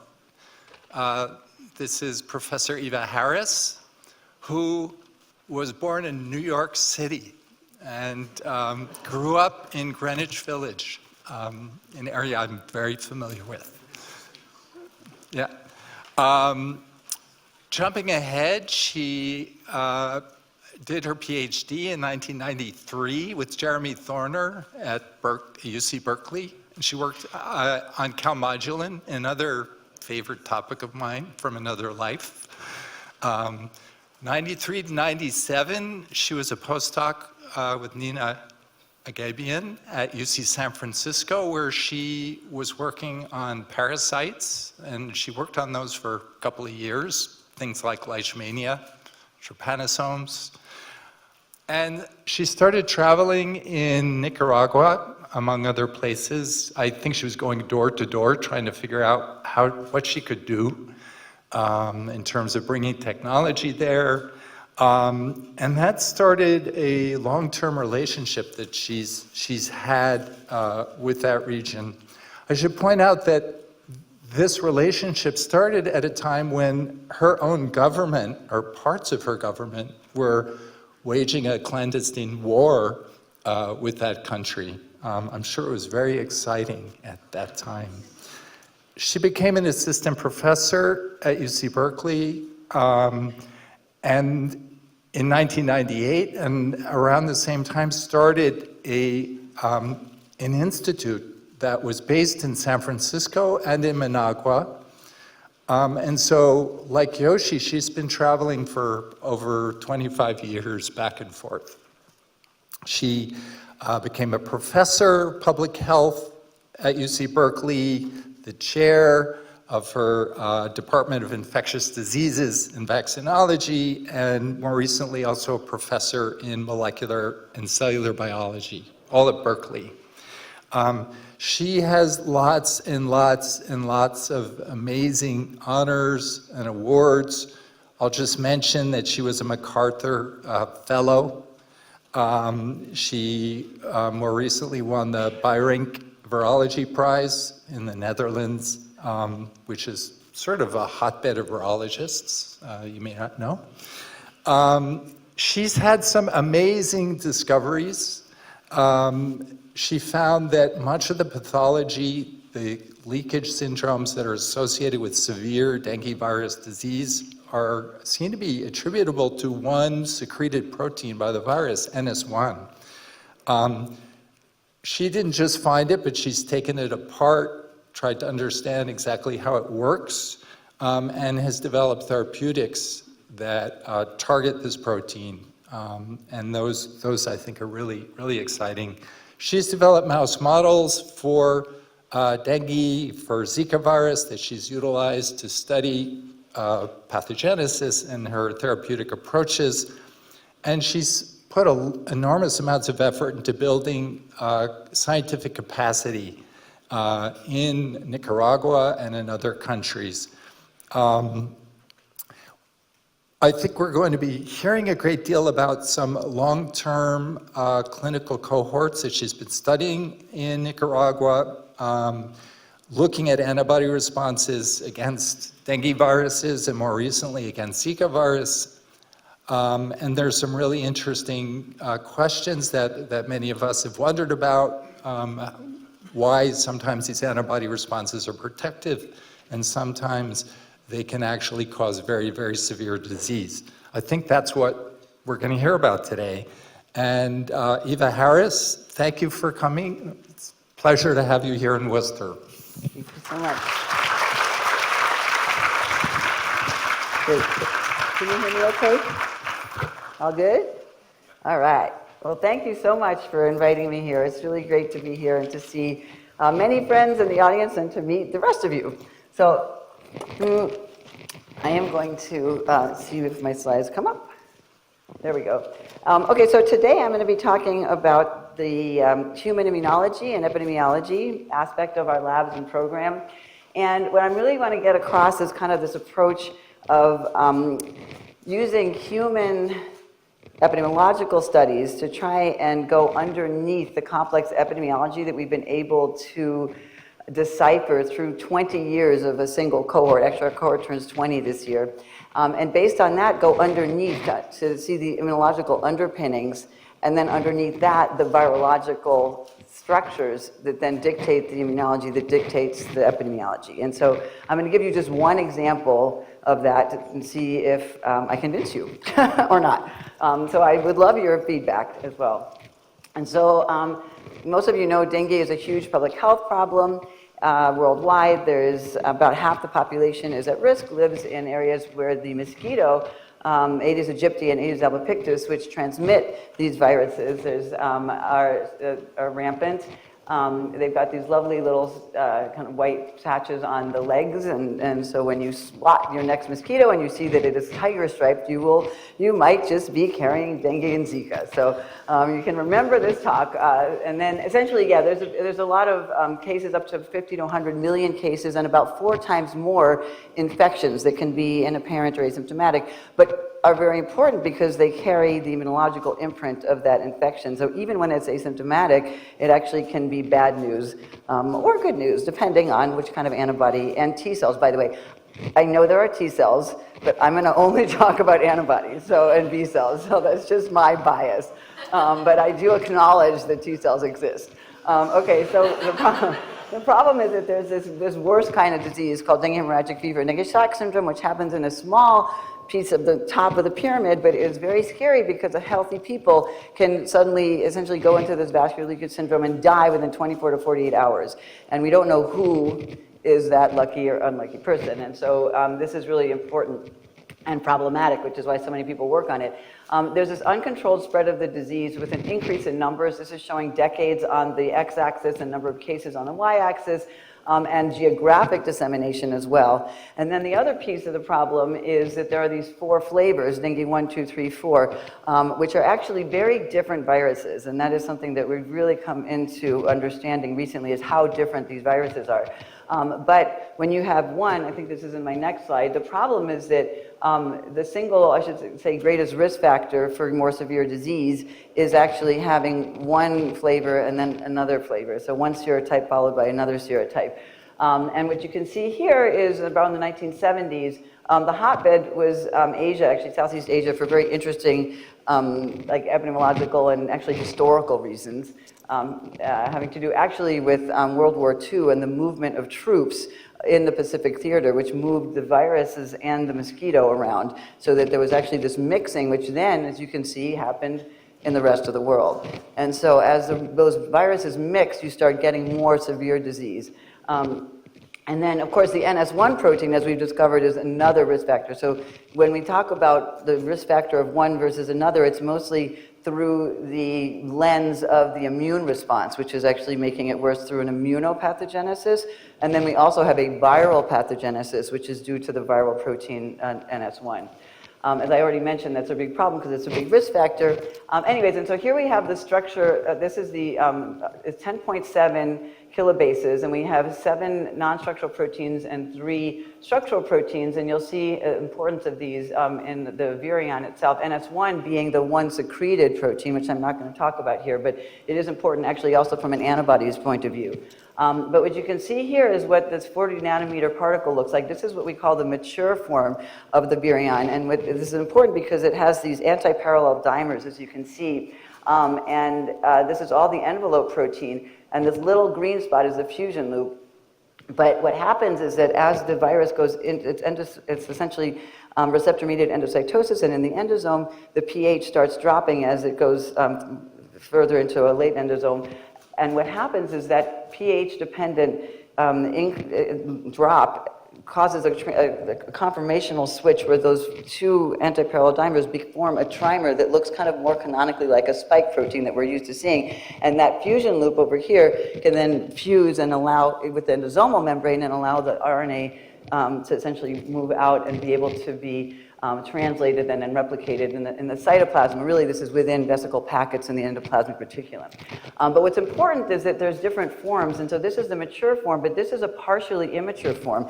And you can see that there's clearly different epitopes that are going to be displayed depending on the maturation state. And that is very important for this talk, because what we care about are what are the epitopes and what are the antibodies that are going to be generated, which obviously are going to have a basis in the structure of the virion. And that's kind of where the story begins, or I should say ends, because we are going to start with the epidemiology and then drill down.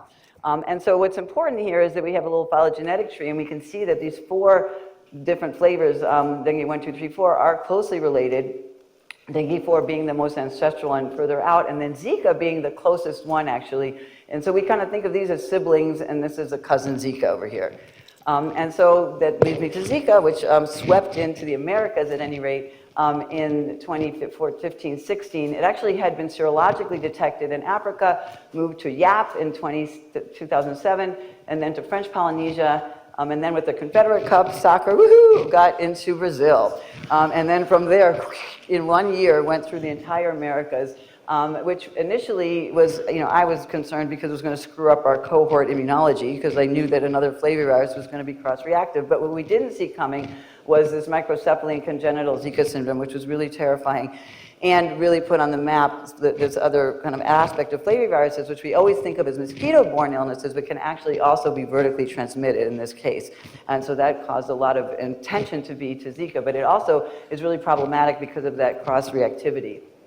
So my program, as was mentioned, thank you, Jeremy, just briefly spreads from the molecular virology. As you heard, I come from a PhD in molecular and cell biology working on yeast genetics. And so when I realized that that there was a lot of infectious diseases out there, and that dengue was just really understudied when I started working. So I kind of left academia for a little bit because I wanted to make science matter on the ground, and I didn't know what that looked like, and so I just went. And realized that there was, ways that we could use. At that point, PCR was brand new, and we could use them in country, using water baths, using kind of building up from below, bringing capacity, bringing knowledge, and then building it from below to whatever was of importance in the country. So I said, and I thought infectious disease was a really cool way to connect technology and public health, right? Because you have to deal with the pathogen, but then because it's infectious disease, you have to deal with the immune response, and then because the immune response is the human, and there's nutrition, there's the socioeconomic situation, and then of course you've got the mosquito in this case, and so then you have the environment, you've got climate. So you have to have a holistic approach, which is really exciting about infectious diseases. But because I come from molecular and cell biology, I was like, okay, let's start inside the cell. So I have John Connor here will attest that we both were in translational control and replication a long way back when, and then gradually moved out into pathogenesis. How can you study a disease that is an immunopathogenesis if you don't have an animal model? So we had to make an animal model, but then again, the dengue virus doesn't infect mice, and so we had to go straight to human populations, which was great because I wanted to continue the work that I had started actually 35 years ago in Nicaragua, which has led to a lot of 25-year hospital-based study, this 20-year cohort study, index on community participation, and a big piece which we're still very involved with is scientific capacity building. And so I'm going to talk to you here about kind of this connection between the epidemiology and then the human immunology underpinnings thereof. All of this is possible through our program of really deep collaboration with Nicaraguans. We have about 200 and some people there who are 100% Nicaraguan. It's completely run in country. And then what's really nice is that I go back and forth. Actually, I go every other month for the past 35 years, and now people in my lab go back, and we have many Nicaraguans who train and who go back, and then people here. So it's really become a real back and forth in a really beautiful way. And so we've done a lot of long-term studies in the hospital, our cohort study, when Zika came along, a lot of Zika studies, and then we actually work directly in communities as well using evidence-based community-derived interventions that can prevent the mosquito, from being, essentially, communities can control the mosquitoes in their own homes. And so, okay, finally, now that you're ready to leave, I'm going to tell you what I'm going to talk about today. Anyway, moving right along, the Nicaraguan cohort study, and then something about, I need to explain to you how these two viruses interact, and we'll talk about how in the human serum you really have a balance of protective and enhancing antibodies, and so what's going to come out the other end has to do with how that particular person, what the repertoire of antibodies are, and T cells, will, be essentially what will cause the enhancement or the protection. And then I'm going to give you an example of this underpinnings, immunological underpinnings of the epi observations, where we've seen that prior Zika enhancement of a subsequent dengue 2 infection, and we'll focus first on the antibodies, and then on a really cool B cell imprinting story, and then kind of wrap it all up, assuming you're still alive at that point. Okay, so our cohort study. So our cohort study started in 2004. It follows 4,000 children ages 2 to 17 years old. Every year, the 17-year-olds age out, and we bring in 2 new 2-year-olds. And that continues, and we added chikungunya in 2014 and Zika in 2015. And importantly, every year, as in any cohort study, you take an annual sample, Of course, it's nicer if you have more frequent sampling, but what we really wanted to do here was have the longitudinal. And so once a year is enough, thank you. And so people have stayed with us for 10, 20, 12 years. So we have really long times with the same children, which is very important from what you can see in a moment. So we collect yearly samples of blood samples where we get antibodies and peripheral blood mononuclear cells, or PBMCs. And we have storage in the Ministry of Health in Nicaragua. We have about 50 or 70 chest freezers. So there's about 1.2 million samples now. I bring reagents down, samples up, but there's still 1.2 million samples because I can only take so many. And then we have liquid nitrogen tanks, et cetera. And then what happens is that we follow everything that looks and smells like a dengue or Zika infection or a chick. We will take an acute and a convalescent sample, work that out by molecular and serological methods, and then we can also, really interestingly, capture those inapparent infections by a fourfold or more increase in antibody titers between year-to-year sampling. And so what's really important about this is that we do these titrations every year. So year 1, year 2, year 2, year 3, year 3, year 4. So always side by side, so we can capture in the same plate that increase in antibody levels, and that allows us to detect inapparent infections. And then the coolest thing about a cohort study is you can go back in time. And so you can go before the infection happened and see who then later got an inapparent or an apparent infection, or who got severe versus not severe infections, and go back to that sample, which is the coolest thing ever.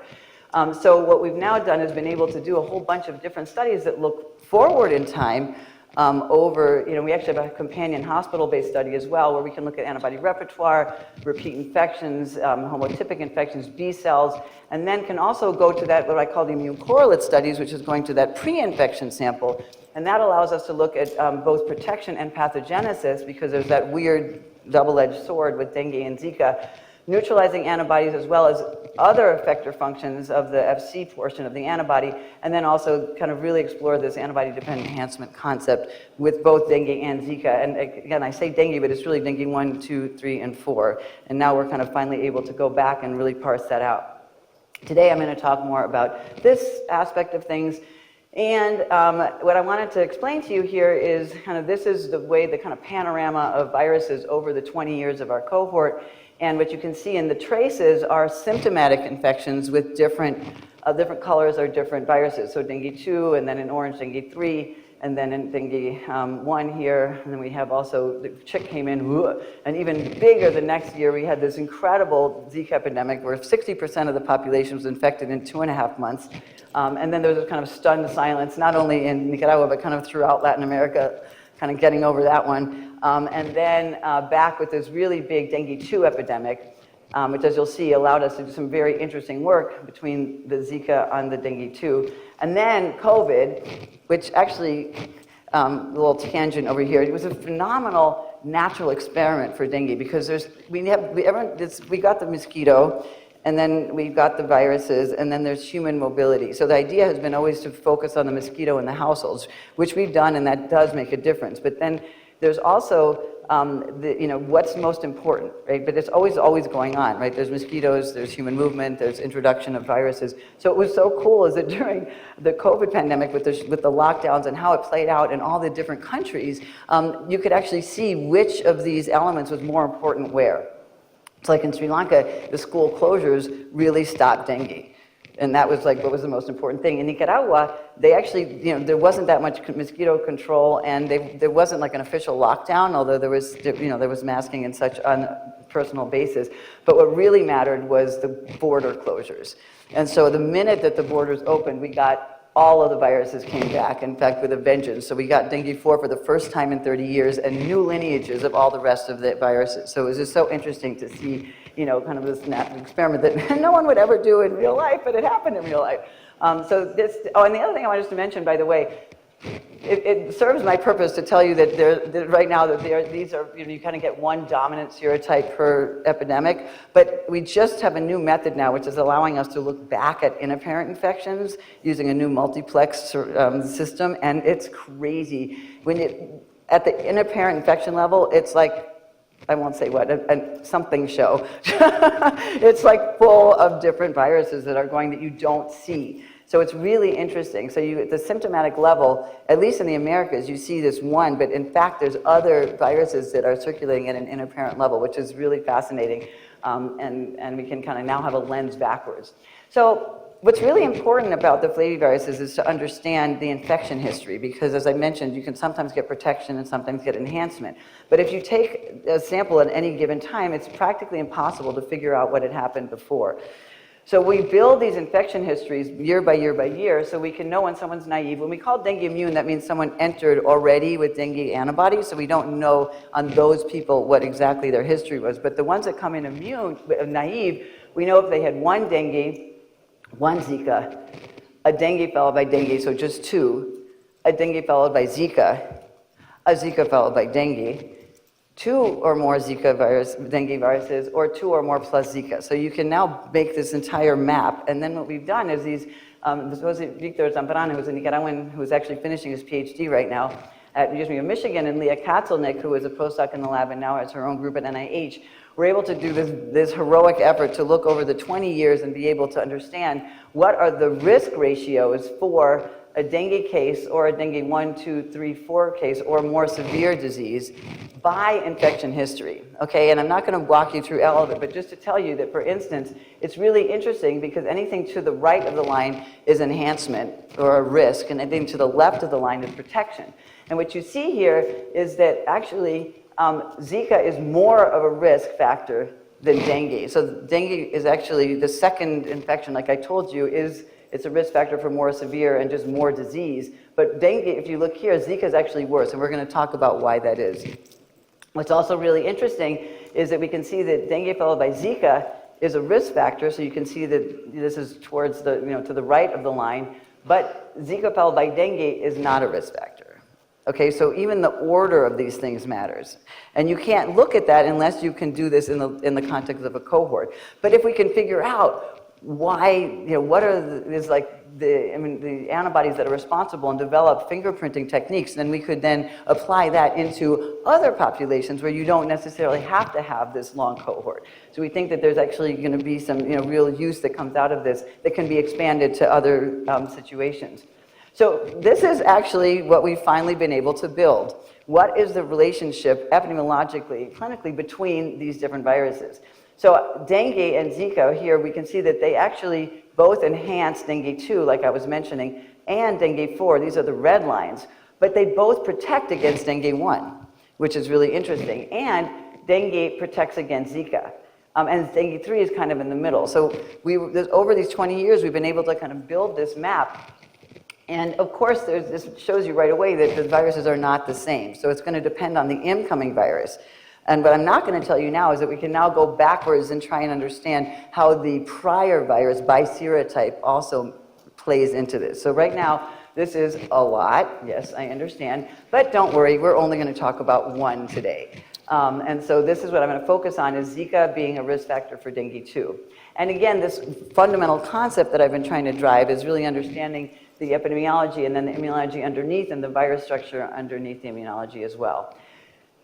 Okay, so when you have a flavivirus, any actually viral or any pathogen, but I'm going to talk about this in relation to the flaviviruses, you get a first type-specific response and cross-reactive antibodies to the other 3 serotypes. When you have a second infection, you have still that first type-specific, but now new type-specific antibodies to that new serotype. And then you've got the prior cross-reactive antibodies and new cross-reactive antibodies. So this is why it's a friggin' mess. And so some of them can protect and some of them can enhance. So what are we actually looking for in this mess?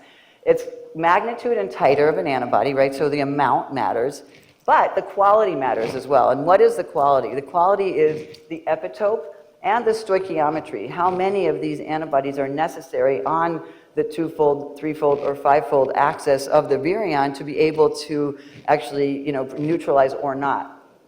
We have the function, of course, neutralization, Fc effector function, and prevention of internalization of NS1, which is actually another important aspect. And of course, our polyclonal serum is going to be the balance of the sum of all of these, okay? So how do we pull this apart? Well, we know that titer matters, and we've shown in our papers previously that this is a hazard ratio for developing dengue hemorrhagic fever and shock syndrome in red, and this is the titer of binding antibodies on the x-axis.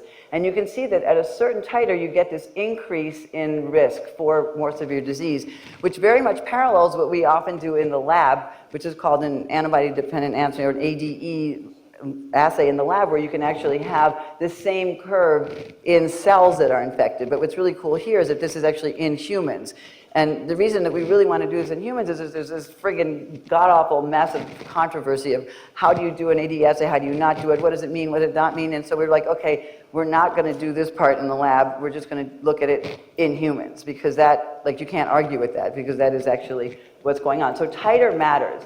Epitope matters also. So we know that the PR, which is this one, I didn't really mention it, but it's one of the structural proteins, and it's actually on the very top of immature particles. And this actually really generates non-neutralizing antibodies that can mediate ADE in vitro. So to date, we don't know of PR antibodies being protective, so just think of that as these are bad antibodies, potentially. Okay, the fusion loop is another really important epitope. And this is on every single E protein. So there's 180 copies and it's conserved, but oftentimes it actually mediates antibody-dependent enhancement because it has like really poor binding and poor neutralization. If it's high enough and you have good neutralization, it can be protected, but overall this tends to be one of the bad epitopes as well. We know that there are good epitopes because these, for instance, are called envelope dimer epitope or EDE antibodies, and these are really cool. And actually, most of the neutralizing antibodies, really neutralizing antibodies in humans are like this, where they have little batas. They've got the different parts of the antibody on different E monomers. So they're touching 2 or even 3 different monomers. And what happens is that then when there's that pH-dependent drop and the virus wants to make that conformal change, it can't. So it's locked and it can't actually move to fuse and actually have an active infection. So that's why these are very, very neutralizing, because the mechanism that underlies it essentially blocks the virus. And then we also have anti-NS1 antibodies, which can prevent NS1 internalization and can actually be associated with protection. And so now that you know a little bit about the types of antibodies that we can be looking for in our human serum, I'm going to give you this example. So in order to be able to pull apart our polyclonal serum, we had to make a whole bunch of new tools, which we did with all these wonderful people in the lab. And so what we made is a bunch of new antigens to PR, dengue 1, 2, 3, 4, and Zika, as a PR FC fusion. And I should mention all of these are with Nicaraguan strains because we're looking at Nicaraguan serum. And then we want to look at just the amount of antibodies that bind to the fusion loop, so we made a whole new set of essentially fusion loop mutants and their wild type partner, so we can look at the proportion that bind fusion loop. And then we also have these E-dimers, so you can make them just by themselves, so you can measure the good kinds of antibodies. And then we have a multiplex Luminex platform that we can look at 15 antigens at once all together. And then we look at FC effector function assays, and then we also look at neutralization assays with mature versus partially mature virions, blah, blah, blah, blah, blah. So we can actually use a whole battery of kind of tests and assays to pull apart that human serum. And so now just to go back again, I'm going to apply that into this one question, which is why does Zika enhance dengue even more than dengue does? And so the first thing to look at here is we're going to say, looking at the PR protein. And so here we've now looked at this little PR antigen, and what we're looking at is, this is showing, the person after a dengue 2 infection, and the sample that I'm going to show is in this purple. So after a dengue 2 infection to the PR of dengue 2, we have a certain amount of binding. Interestingly, after a Zika infection, we have the same amount of binding to that PR of dengue 2, which is actually bad because PR antibodies are not neutralizing. So we already know that we have a lot of a potentially group of not good, of non-neutralizing antibodies. The next question was how much fusion loop antibodies are we generating? So the interesting thing here was that with the E, so now we're looking again after Zika in this case, and we're looking at the proportion of the antibody response that recognizes E that is due to the fusion loop. And it turns out that the proportion is extremely high. So about 75 to almost 100% of all the antibodies that Zika makes to envelope are to the fusion loop, which I just told you can be bad if it's not neutralizing. So is it neutralizing? Well, unfortunately, this is our new titer, and when it's dengue 2 against dengue 2, we have really good neutralizing titers. If it's Zika and then dengue 2, we have really bad neutralizing titers. So now we have a lot of something which is not neutralizing, and so that's not a good thing. And so now I want to tell you another piece, which is now the B cell response. So remember, we kind of already have like not good news, right? Too much PR, too much non-neutralizing fusion loop. So what's going on with this situation? So here, what was really interesting, and this is going to be now the B cell aspect of things. This was led by Tulika Singh and Yaral Vasquez, who is actually a Nicaraguan, who learned like incredible amount of bioinformatics and coding in a year he spent in a lab. And so what happens here is I already mentioned that we have, you know, how this works, but in terms of the cross-reactivity and the different this primary and secondary infections with dengue. But at the B cell level, we'll have plasmablasts, which will then become long-lived plasma cells, and some of those will also go into memory. That memory will be recalled in a second infection, but we're also going to have new plasmablasts and new memory, as well as the old memory. Okay, so we have all of this going on. And so what we wanted to know, first of all, was what we did is looking at these, essentially a dengue 1 followed by a dengue 2 and a Zika followed by dengue 2, right? So I just told you, why is Zika worse than a dengue? And so that's what I'm going to try and show you at the B cell level. But first we have to understand imprinting, and imprinting really what matters is the antibody. And what you can see here at these 2 points in time is that after a dengue 1 infection, you get type-specific dengue 1 antibodies. After a Zika infection, you get Zika. That's very good. After a second infection, you still recall a lot of your dengue 1, but you have nice cross-reactive antibodies to the rest of the dengue serotypes. When you have Zika and you have a dengue 2 at the antibody level, you have mostly Zika antibodies, even though this was actually a dengue infection, but you're such a strong recall that it's mostly dengue 2. How can we look at this in more detail? Well, these are coming from the plasmablast in circulation at the time of the infection. So what we did is we set up a study that looked at the acute phase of dengue 1 and dengue 2 versus Zika dengue 2, and then we had a control that was just primary dengue 2. And then we looked at the acute plasmablasts as well as the convalescent PBMCs, and we did CytSeq, which looks at the transcriptome, at cell surface markers, and then we added more BCR sequencing. And to focus more on the BCR, on the B cell receptor sequencing, we depleted T cells before we did this. Also because other groups were working on T cells, and so we're like, you do that and we'll do this. And so I'm not going to tell you, there's a fascinating story which we can talk about later in the questions about the transcriptomic response, but what was really interesting is just looking at the B cell. Just to remind you, the B cell, we have our VDJ, we have the heavy chain, which is connected to the FC portion, the constant portion, and then we have the light chain, which also has essentially the VJ region as well. And this is where our essentially the combinatorial recombination that happens will allow us to generate diversity at the variable level. And so what we found, and this is super interesting, is this, I'm going to compare now the pairing of the VH, which is the heavy chain, and the VL, which is the light chain of each antibody. So this was single cell sequencing, so we got the VH and the VL of every single cell.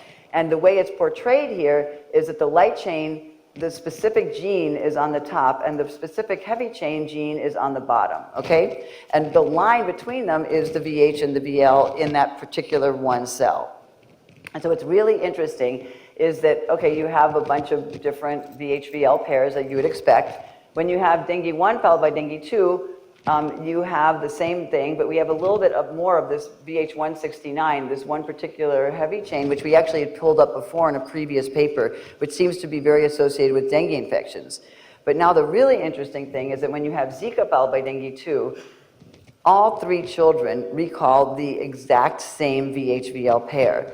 So 50% of these kids have the same exact heavy chain, light chain pairing, which is clone 323 and the light kappa 139. So this is really unusual to have this much of an imprinting from, and across, it's essentially public because it's across all these 3 children. And what's really interesting is that, you can see again, this was multiple, the same clone, whereas you do not see that when you have dengue 1 followed by dengue 2. And so there's very little clonal diversity, and what we were interested in is what is this in fact encoding for? And so what we did is we made MABs, and what do we find? So this is looking at neutralizing antibody titers at the different monoclonal antibodies that we've pulled out from the dengue 1, 2, or the Zika dengue 2. And this is looking at the strength of the neutralizing response, with more red being a stronger neutralizing response. And you can see that here you have really good, different kinds of strong neutralizing across the dengue serotypes. Remember, this is a dengue 2 infection. The only thing that this monoclonal that everyone's making is neutralizing is Zika. Okay, this is a dengue 2 infection. You're supposed to be making antibodies against dengue 2. Remember that, guys? No, it's all back to Zika, which is crazy. But then we thought, okay, well maybe, we just picked one of these, and there was obviously, we found that there's actually a lot of diversity inside that one clone. So we felt like, well, we just picked one, maybe we're not representative. How do we be more representative? And so what we realized, that again, this is one single pair, but there's still a ton of diversity within that. And how do we classify that diversity to be representative? So this is what we see, the functional diversity in the CDR3, which is where most of the diversity is in the heavy chain, but we see also that same amount of diversity in the light chain. And so what they decided to do, Tulika and Gerald, was to focus on the CDR3 region, which is the one that's at the very tip of the variable chains and has the most diversity. And what they did was essentially, this is, we're just showing you that the CDR3 is what is binding to Zika in this case. And what they did was use this kind of Kamer approach and just look as a rolling window across the most variable region of the CDR3 using these Kamers, so 4 amino acids by 4 amino acids, and just to essentially classify how much of each of the antibodies that we were sequencing fell into categories of these different Kamers, okay? So we need to be sure that we're representing everybody by a certain methodology, and the methodology was this Kamer approach. And what was interesting is that using that, we could essentially find that most of them, essentially the top binders, the top the diversity was essentially due to these particular formers that actually represented a huge amount of the diversity. And what we called them was group 13, 14, and 15. So this was a much more representative fashion of making monoclonals. And so we then essentially created the monoclonal antibodies so we could test their functionality. And what we found was that essentially that first set we called MAB8 was 100% neutralizing. This is called a neutralizing antibody curve, and when it comes down like this, it crosses the 50% line, and this is actually at a very, very good neutralizing potency. But this is the neutralizing potency to dengue, and they don't recognize it all. And so then we look at now the next group over here, K14, and again, it only neutralizes Zika. But really interestingly, little by little, we start acquiring neutralization. You can see these curves starting to neutralize dengue 2. So in that immense diversity, we actually start to acquire neutralization. But when you look at the percentage that those ones that have dengue 2 neutralizing, they're very few. So this is in dark red, and this is of each child, what is the percentage of the Zika neutralizers versus the dengue neutralizers? And there are some, they're starting to acquire, but it's still very, very low. It's only 5 to 15% of the total antibodies. So the take home from this is that, the minor component of all of these antibodies are the ones that are acquiring the neutralization. But it's really cool because you have the same VH pair, which, and so we just got the cryo-EM of this yesterday. And so it's really, really interesting, so we can start seeing what are the changes as you acquire neutralization. So the bottom line of this piece was just to show you that you get this incredible recall of antibodies that mostly neutralizing the past infection and not the current one. So to summarize all this, what we found was that, when you have a Zika infection, you get PR antibodies that cross-react with dengue 2, and so that's kind of like in our little scale, right? That's going one step towards enhancement. And then we find, well, there's fusion loop antibodies, but if they're good, that's fine if they neutralize, but in fact they don't neutralize. Now that's another, scale towards enhancement. And then when we look at the B cell level, we find that the recall is all antibodies that actually recognize Zika instead of dengue 2. And so now we're actually going really more in the scale. I told you everything was a balance, and now we've really gone towards, the balance has gone towards the enhancement. And so what I wanted to show you there is essentially that we have this really complex immunological an epidemiological landscape that we can pull apart using this long-term cohort. Zika can enhance dengue 2 infections due to these key immunological determinants, the PR antibodies, the fusion loop non-neutralizers, and then this crazy recall at the B cell level. I didn't have time to show you, but we've actually gone underneath. Remember I showed you that dengue Zika has a different, essentially, risk than Zika followed by dengue. So we have another story, which I'm not going to drag you through, but it's a very cool story as well. And essentially, the concept here is to try and decipher the immunology underlying this complex epidemiology in human serum, with human samples, but to try and get at some of the mechanism underneath that. And so in general, though, this cohort now in its 20th year, and hopefully about to be renewed, except I hope NIH exists in January, but let's all light our candles, please. So we have novel immune correlates, we've shown antibody-dependent enhancement, this crazy asymmetry that happens, and then how do we get underneath that? We've also been able to look at the effect of clinical outcome and show that the 4 serotypes are really very different. And this inapparent versus symptomatic infections, and kind of proving the point that the viruses are very different and that we have to treat them as different viruses and not as just kind of one and the same. And then we've also been able to do a lot of assay development, not just for ourselves, but especially during the Zika epidemic, really share out very broadly the samples. I mean, everyone got exactly 20 microliters, but that was enough to bring forth a lot of emergency use approvals and help commercial assays go along, and then have a lot of policy implications because the vaccines have been really tricky for dengue and Zika, and we have to be very, very careful that if a Zika vaccine acts like a normal Zika infection, it'll actually not be a good idea. But we now know, a bunch of the structural immunology that can guide vaccine development. But the vaccines that are going through now, for the most part, are from seeds that were developed 15 years ago, and the companies have put so much money into them that they don't want to stop the development. And that ended up with a kind of a PR disaster, and Sanofi in the Philippines, et cetera, and they had to pull their vaccine. So we knew this going in because of the knowledge, but it was kind of up against knowledge and profit, but at the end, they have to pull it, so you do need to listen to the science, and so that's been very, very important, and we've been, a lot of our team has been involved in a lot of decisions about policy and implementation of WHO guidelines, and so, it's not just a science, it's really actually bringing that out into the world. Anyway, so with that, I want to stop and thank my incredible team at Berkeley, Talika and Yera did the amazing B-cell work, Sandra, the really beautiful serological work, Jose Victor, the EPI, a lot of folks, and then our funding and collaborators with Leah. I do want to mention we have a scientific coordinator position available to work with our team in Nicaragua, and also a postdoc to work on this kind of work if you're interested. None of this is possible without the 200 people in Nicaragua that do this work, in particular led by Dr. Angel Balmaceda, and also Dr. Guillermo Juan at the Health Center, our nonprofit, which is also in Nicaragua, our hospital studies, and then of course the kids. And you for putting up with me for at least 30 minutes, so thank you so much.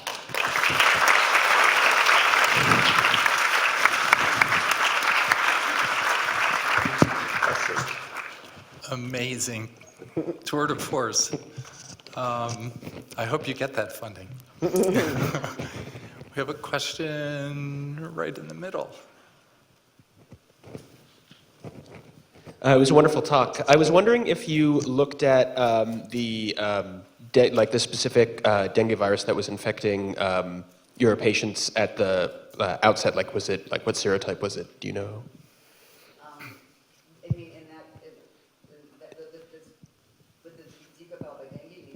That one, or originally when you were looking at dengue, or dengue first and then anything Exactly, following? yeah. So obviously the Zika dengue 2 was Zika and dengue 2, which I showed you. And so, so we have the story I was going to tell you, which I don't have time to tell you, is Zika followed by dengue 2 and dengue 2 followed by Zika. And so there we've been able to show the differences between exactly those two viruses and how the order matters with those two. But now, continuing with the cohort, and actually we're running a grant right now, is to look at Zika dengue 3 Zika, Zika dengue 4 Zika, because we believe that we're going to see and kind of do the B cell work and the antibody kind of repertoire work as well, because we think we're going to see really different patterns because Zika and dengue 1 share some neutralizing epitopes, and so we think that we're going to see very different patterns. But it really matters to look, and so the first one we've done is Zika dengue 2 because we have those samples, and now we just brought up, in fact, there's a liquid nitrogen tank leaving right now with the Zika dengue 1 and the other ones, and so that will be in the next several years, assuming we can go forward. Yes, thank you. Thank you. There's a question over here. Oops, no. Whoops. Yes. Hi, Eva. Great talk. I was wondering if you were thinking that this sort of, cousin viral enhancement of infection is unique to dengue virus, or if other flaviviruses, which are notorious for co-circulating amongst each other, might be doing this. For example, like West Nile virus and Japanese encephalitis virus and things like that. Do you think this could be broadly applicable to the flavivirus family? Yes, in really interesting ways. So yes, exactly. I promised Sandra, who's now starting her own work, that I'm going to stay with Zika and dengue, and she's going to go and kind of go beyond that. But yes, there's a lot of interest now on how, and just I was at a conference like 2 days ago, and you can see differences between Japanese encephalitis priming of Zika versus this is Zika vaccine in particular, versus yellow fever and how that primes. There's another really important paper that came out recently which shows, so for instance, yellow fever 17D is like the canonical best vaccine to ever hit the planet, and it's really good. It turns out that the reason is because it doesn't expose the fusion loop. And actually there's some really cool work showing that it's not even the fusion loop, it's actually a conformational change that happens from another point. It's super interesting. But what happens is that when you have a yellow fever vaccine, you have really good antibody neutralization, and it doesn't, and actually boosts in a good way dengue. But in Europe, there's a lot of tick-borne encephalitis right now, and so people get the tick-borne encephalitis vaccine. So there's a group that did this really cool study, but when you have a tick-borne encephalitis vaccine followed by a yellow fever 17D vaccine, now all you make is fusion loop and you enhance dengue. Whereas if you had just the yellow fever by itself, you actually don't. And they were doing enhancement in vitro, but it's really striking.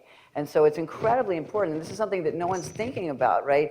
I mean, you're like, one thing is like, you just live down south of the border, your problem, but if you're thinking about just vaccines, and if we don't understand well how these interact, and it can actually be positive, right? So if you had somebody that actually boosts in some ways, but you also have to be careful that one thing isn't then changing the way you respond to others. So yes, people are really thinking about that now. It's a brand new, I would say this year or the past 2 years is when people have been really starting to think beyond the dengue Zika. It's a very hot topic right now. Yes. Hi, really nice talk. I have a question about the enhancement window. So you show that in IELISA, the titer of 20 to 80, it matters, and within that titer, you have higher chances of enhancement. There's a correlation, but those titers are of the PR and fusion loop antibodies. What do you think if we don't have those responses, and if those are clean antibodies, let's say EDE type antibodies or nice mature shell antibodies? What do you expect in that kind of scenario? Like those titers can be lower now? Can they be lower than 20? If you have, in which case? In case of IELISA readout. What's going with the IELISA? Yeah. And well, so that one, we don't, so that's actually a competition ELISA. And it was really just used as a way to initially just see whether someone had been infected, So, but what we need to do is get underneath that, and so now that's what we're doing now is essentially pulling apart the repertoire, and so the IELISA we've shown pretty much looks at PR and fusion loop, and so that's why we think that it was a good reporter for enhancement, and so we've kind of but we need to know more specifically, and so that's why we're looking. And we're also looking at like precisely the neutralizing potency of only fusion loop antibodies, for instance. And then, and now like I said, we have an array of other epitopes that we're looking at, and using kind of new like peptoid methods, et cetera, kind of to get more underneath what are the epitopes in the polyclonal serum, kind of to get beyond, because the IELISA, like I said, we just know more or less what it was measuring, but it wasn't precise. And that's what we need to do now. Thank you. And what is the window of enhancement? Because you have pre-existing antibody response from the plasmablast, let's say. You have, let's say, fusion loop antibodies and PR antibodies at some titer level. But then the dengue 2 response will also kick in, which will be, I guess, 7 days after that. So what is the window of enhancement? Well, so these are, so essentially what you're looking at on those pictures is the pre-infection sample.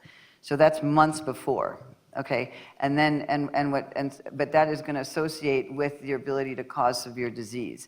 And so it is still hand wavy how exactly that happens. We went back to that original paper and we proved that what it was happening is it was mediated by higher viremia. So kind of the classic Scott-Halstead type of enhancement is supposed to be through a higher viremia. But with another story, we actually went and looked at kind of other antibodies, and we found that a really cool story right now where we have a kind of a new pathophysiology of dengue hemorrhagic fever and shock syndrome, which are IgA antibodies that are directed to NS1 and that activate neutrophils.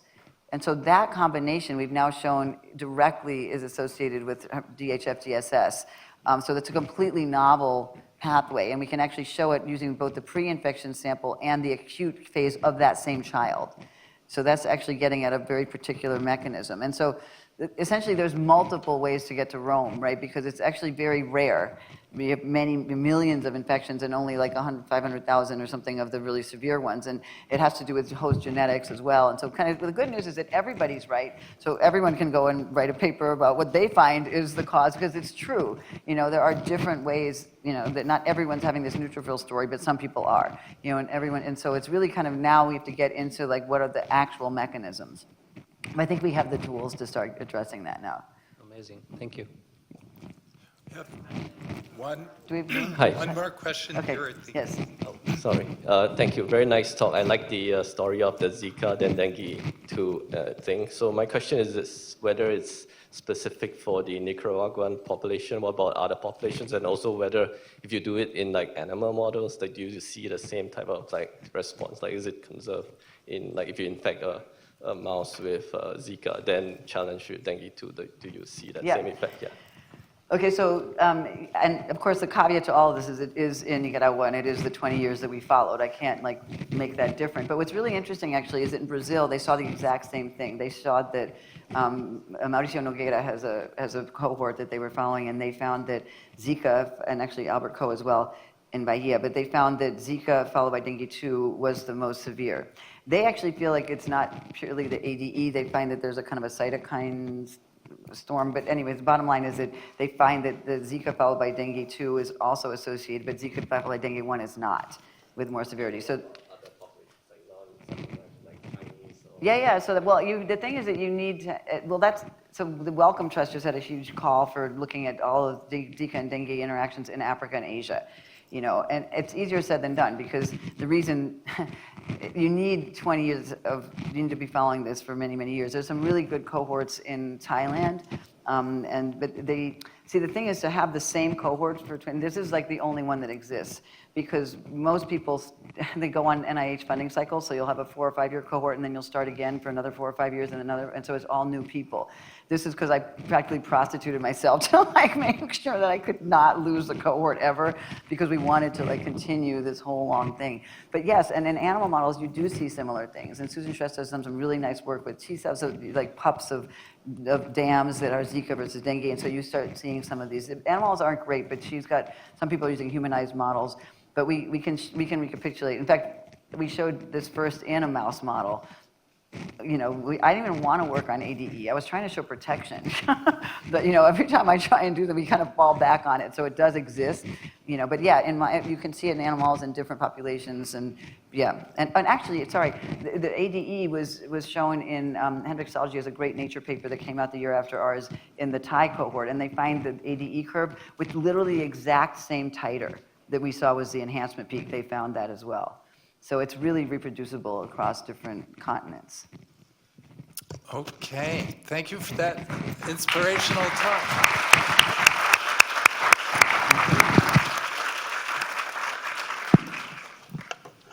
Test.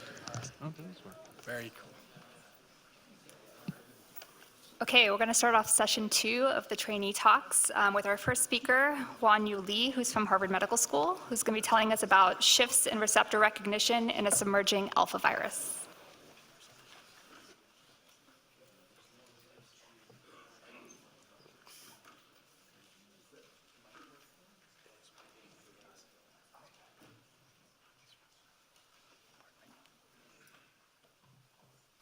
Hi. Okay. Alpha viruses, single-stranded RNA viruses, can infect a wide range of hosts. And for those that infect and cause disease in humans, they're categorized into two types based on associated symptoms. Arthritogenic alpha viruses mainly cause rash and polyarthritis. Chikungunya, kind of like the most famous example almost everybody knows. But I'll be talking about the encephalitic alpha viruses, which include Eastern, Western, and Venezuelan equine encephalitis viruses, E, VIV. These are transmitted to horses and humans through the bites of infected mosquitoes. Symptomatic infection in humans has a fairly high case fatality rate. There's no FDA-approved antiviral or vaccine in humans, but there is an attenuated vaccine in horses. The encephalitic alpha viruses are endemic in the Americas. You might have seen Eve in the news lately for a higher than average seasonal activity this summer. Last time I checked, it's 17 cases, which is indeed higher than the average number. But I'm going to be talking about its cousin, which you probably have never heard of, Weave.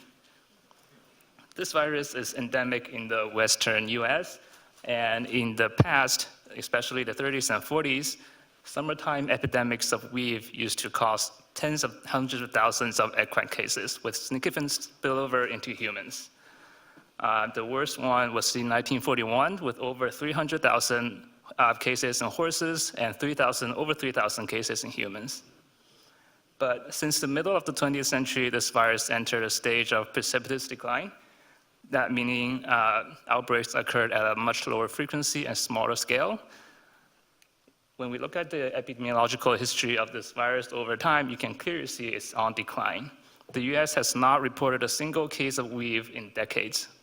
Compare that to Eastern equine encephalitis virus, which has maintained a relatively low but steady yearly case count. We call Weave a submerging virus as opposed to emerging virus because it's fading away from epizootic populations. And accompanying this submergence is an apparent decrease in virulence of isolated strains over time, meaning strains isolated in the late 20th century and the 21st century tend to cause less animal to get sick.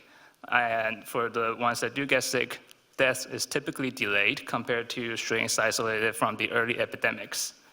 So a lot of questions to ask for this virus. Why did it fade out? And why the virulence decrease?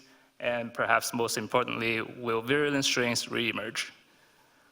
And fundamental knowledge gaps in the virology of Weave prevents us from answering these big questions, including the identity of the receptors this virus uses. So alpha viruses use surface glycoprotein spikes to bind to specific proteinaceous receptors and sometimes non-specific sugars to gain access to the cytoplasm. And over the years, several receptors have been identified for alpha viruses. Based on these papers, they don't work for Weave. So Weave is using something else. So to identify a receptor for Weave, we conducted a CRISPR-Cas9 knockout screen using a single cycle alpha virus system, which is BSL2 because these viruses are all BSL3. The top hit in our screen is a gene called PCDH10. This gene encodes the protein protocaterin 10. It's highly enriched in the brain, where it's thought to mediate synapse development. The ectodomain of this protein has 6 extracellular caterin repeats that are arranged in a rigid rod-like structure. And it can form antiparallel heterodimers, which is how it's thought to mediate synapse connectivity. So we did a bunch of functional validation for PCDH10, and basically we confirmed its necessity and sufficiency for Weave entry into human cells. We confirmed that PCDH10 expressed on the surface of the cell allow virions to attach to the cell surface and get internalized into the cytoplasm. And we also detected a physical direct interaction between the virion and the EC1 domain of PCDH10, which makes sense because, like I said, it's a rigid structure, so you would expect the tip domain to be the most accessible to the virus.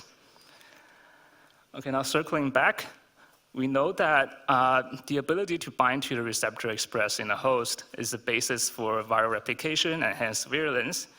And so what if we've changed its receptor usage and that at least partially explains the virulence variation over time?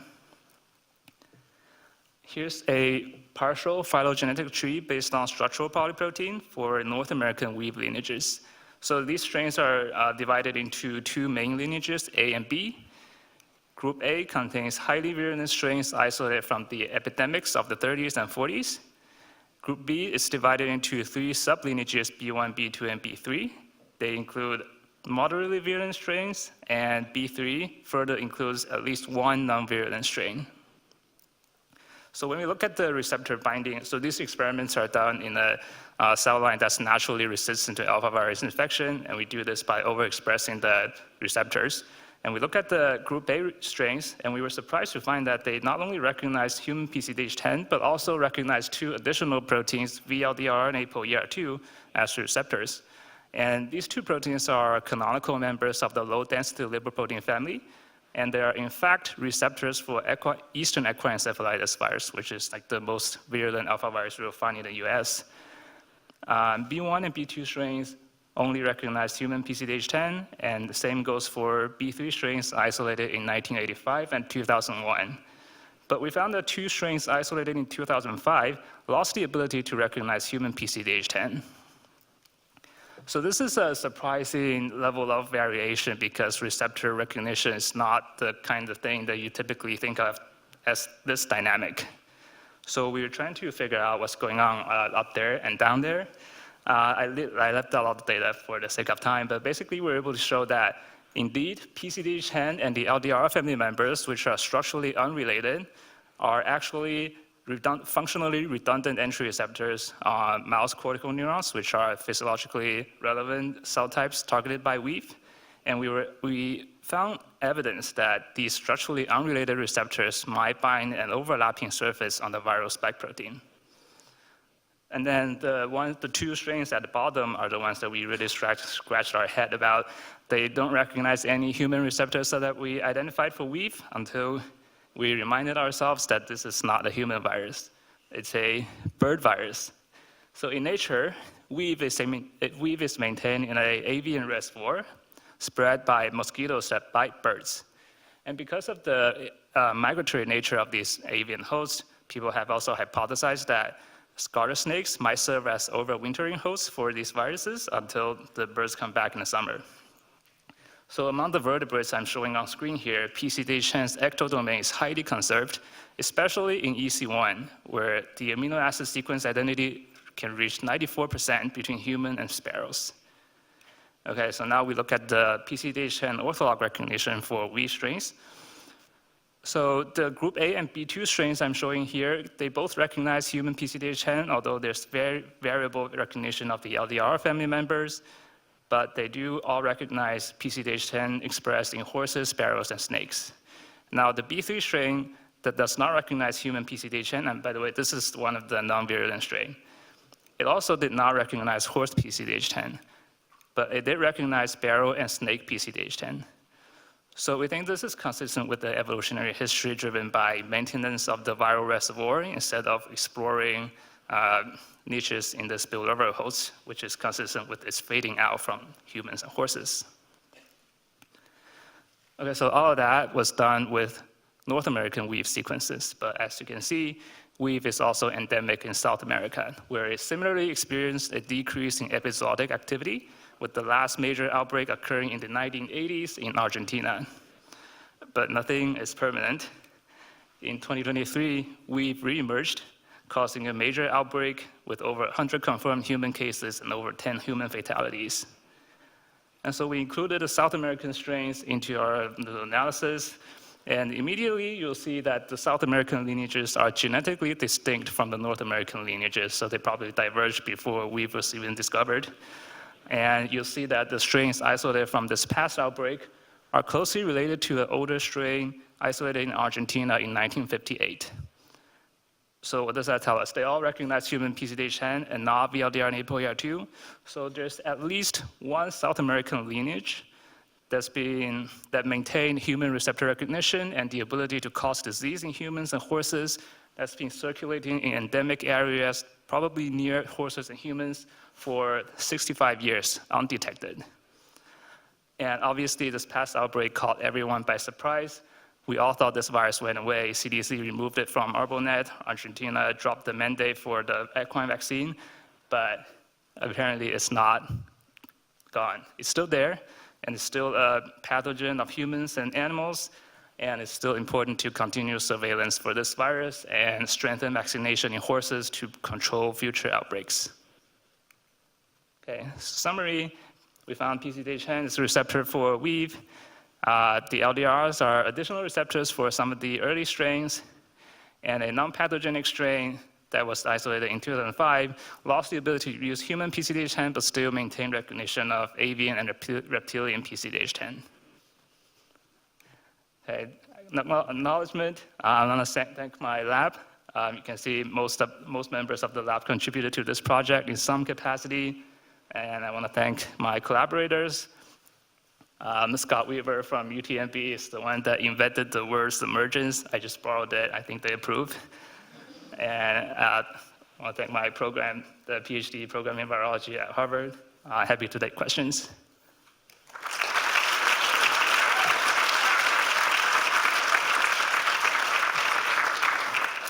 Questions for Wan Yu? I see one in the back in the corner.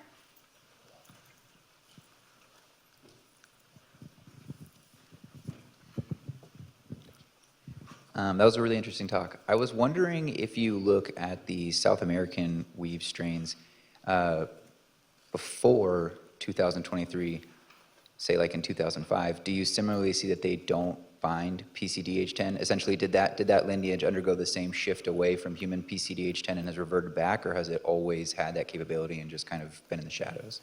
Right, so there are only a handful of South American sequences before the outbreak. It was really understudied. So thanks to that, we were able to test all of them, and they all recognize human PCDH10. So I guess unlike the North American lineages, mammalian PCDH10 or the human PCDH10 recognition was somehow maintained in the South American lineages. So, you know, this virus, the North American and South American lineages likely diverged a long time ago, and they are probably under different ecological circumstances, facing different selection pressures. So I wouldn't be surprised if the South American lineages are, you know, not really going away, and they have a different kind of virological property than the North American lineages. Thank you.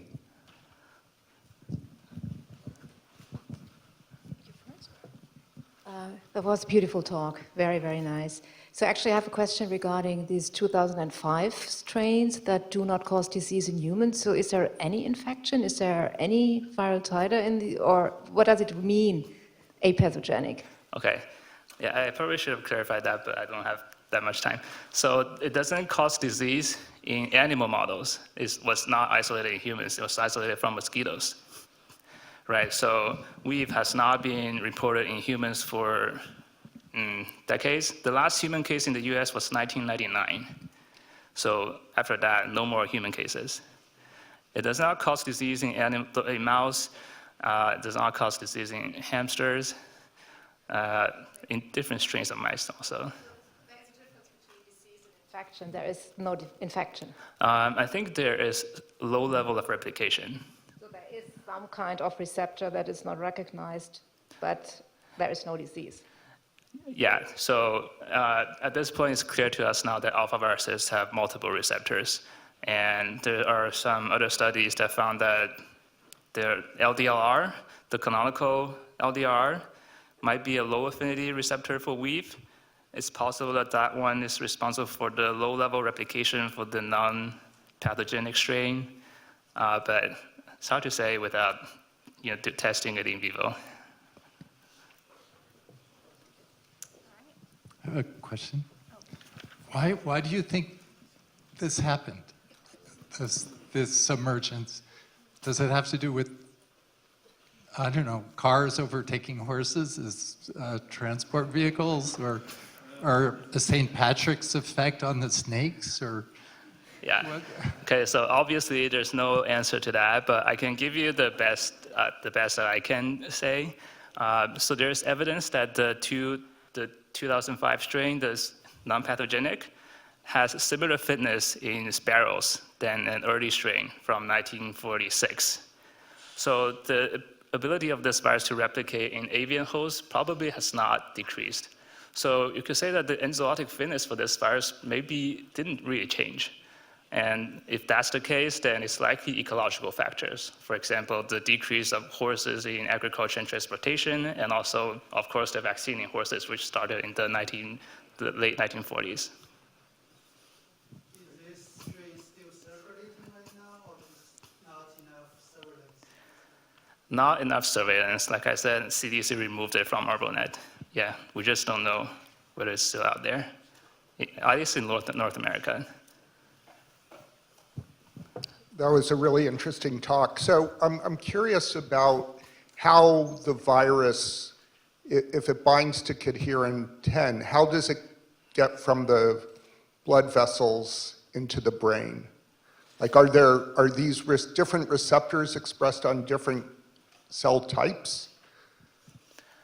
Yeah, I think so. So PCDH10 is enriched in the brain, but it's also expressed in other places. Last time I checked, it is expressed on endothelial cells, but then maybe it also has other receptors, for example, LDLR. Right. Yeah. Okay, that's great, Kim.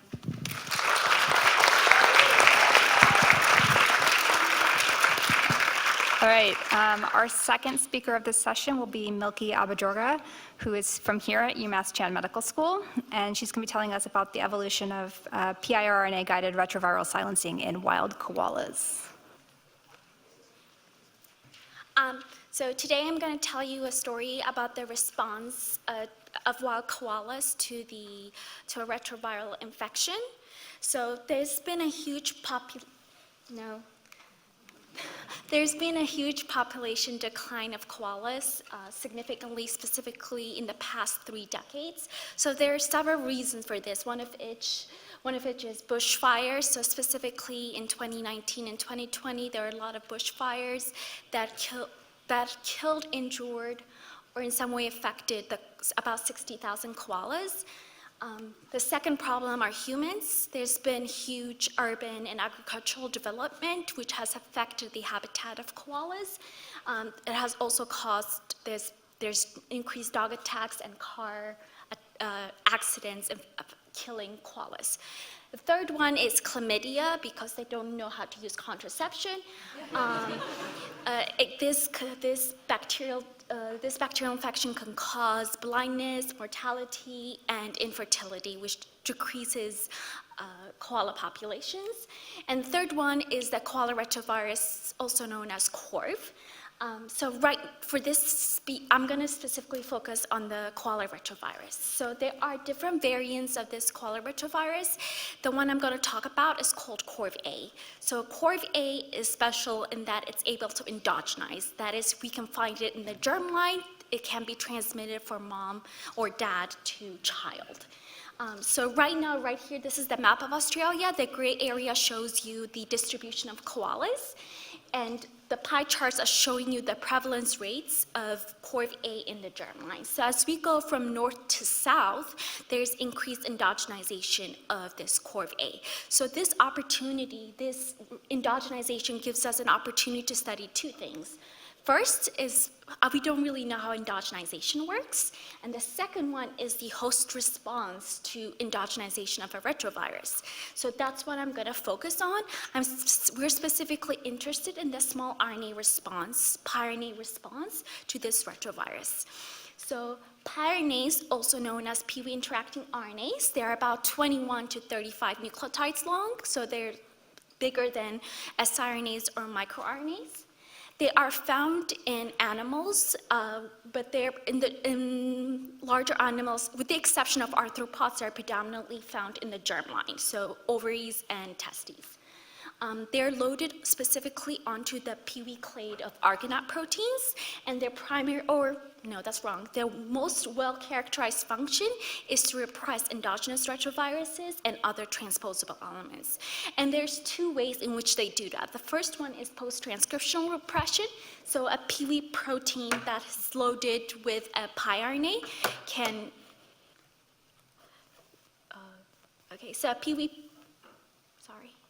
A PIWI protein loaded with a pRNA can recognize a transposon transcript or an endogenous retrovirus transcript, and then the PIWI protein slices the transposon transcript. And the second one is transcriptional repression, where a PIWI protein loaded with a pRNA can localize into the nucleus, and it finds a nascent transcript. And this results in the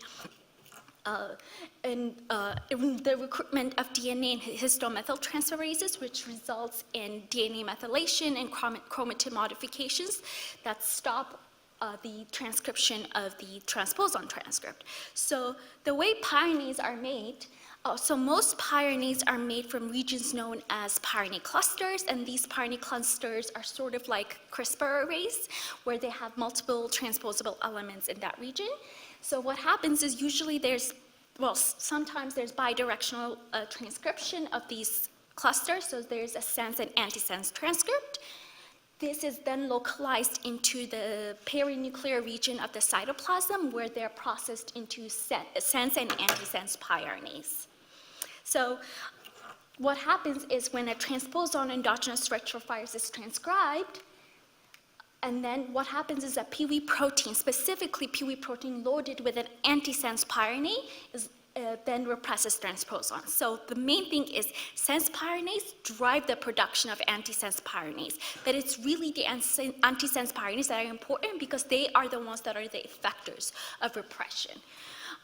So the CORV-A, going back to CORV-A is characterized, it's a gamma retrovirus. It has GAG, pol, and envelope, as well as 2 repeat regions at the ends. It makes 2 different transcripts. So there's the unspliced transcript and the spliced transcript. So previous studies done by Tian Shang and Birgit have shown that if you look at long RNA reads, you can see that primarily it's the spliced transcript that is found. However, if we then look at the pRNA reads, you can see uniform distribution of pRNAs along the length of CORV-A. So this suggests that pRNAs are made specifically from the unspliced transcript. So this means that the unspliced transcript somehow is recognized as non-self and being broken down into pRNAs. Now, CORV-A, with CORV-A, we're just seeing sense pRNAs. But if we look at older retroviruses in the koalas, here specifically CoRV1, they can make both sense and antisense pRNAs. Now, what we want to understand is the shift from making primarily sense pRNAs to making both sense and antisense pRNAs.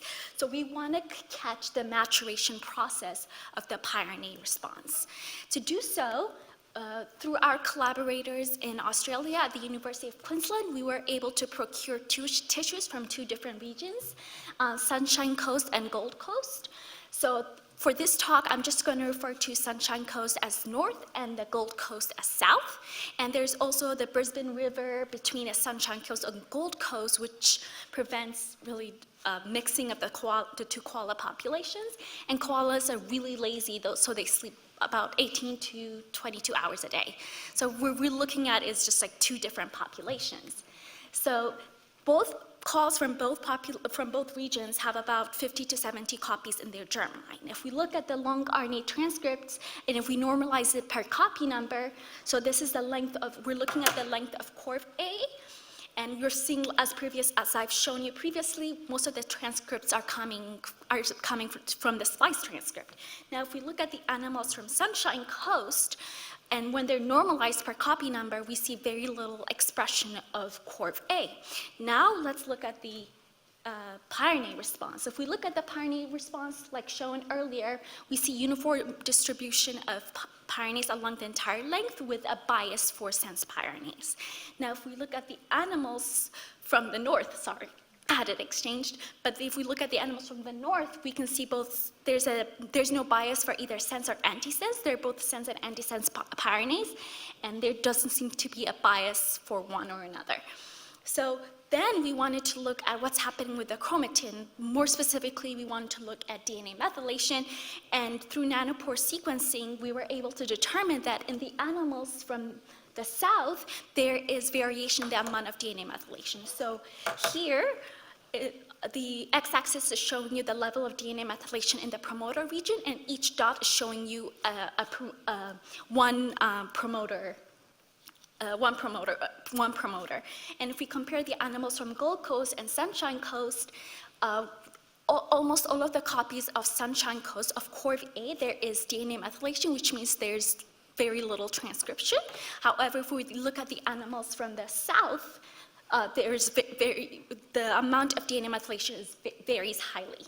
So just as a reminder, what's important is the antisense pyranase for pyranase repression. So we looked at 2 of our animals from Sunshine Coast, and in 2 of our pyranase, we were able to identify an antisense CORV-A insertion in one of the genes known as MAP4K4 in the reverse direction.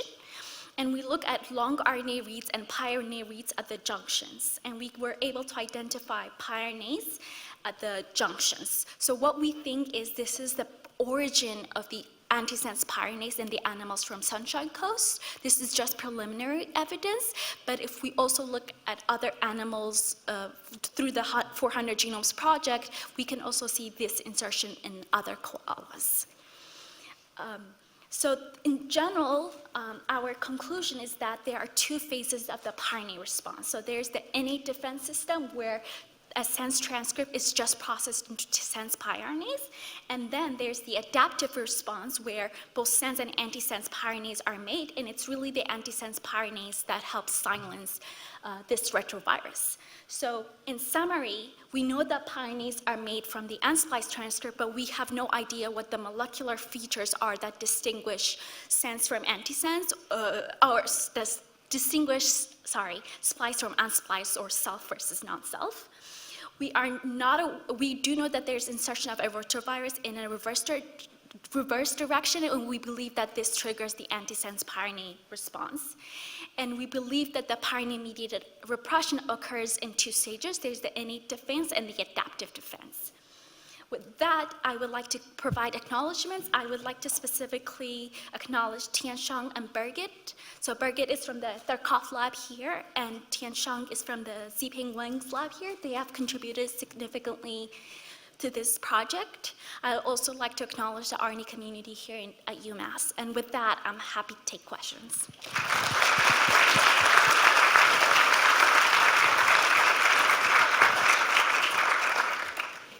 Questions for Milky?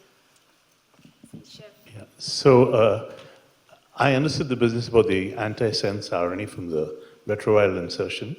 Why is this causing decreased viability of the koalas? Why? So I thought this is one of the causes of the koala population declining. Yes. So if you're going to get DNA methylation and shut off of certain genes, do we know what it is that causes these guys to not make it, or is there any understanding of why viability is reduced? So because there are several reasons outside of the core retrovirus that are immediate, such as bushfires, chlamydia, and other lymphoma, neoplasia. Yeah. We can't really tell you that the production of the antisense pyranase is actually providing a physiological difference in the population of koalas. Okay, thanks. Yeah. Hi there, how are you? So koalas, to my knowledge, have both endogenous and exogenous retroviruses, and one of the difficulties in developing vaccines for them is the fact that maybe they produce some sort of tolerogenic mechanism with endogenous viruses, retroviruses. Do you think this has implications for vaccinating koalas? So there's no evidence suggesting that the germline, this is happening specifically in the germline, so just because there's suppression in the germline does not mean there's suppression in somatic tissues. So. Cool. Nice talk. I was wondering, so the antisense transcript is produced from the 3' LTR, or it's read through from depending on the integration site? And so are the integration sites different in the south versus the north koalas? It's passing through so it's being produced from the MAP4K MAP4K4 promoter, and the junction reads we're seeing is between the MAP4K4 and the, so it's not happening from the 3' LTR, it's just happening from the promoter of the MAP4K4. Right, and so the north and the south koalas have different insertion areas for their...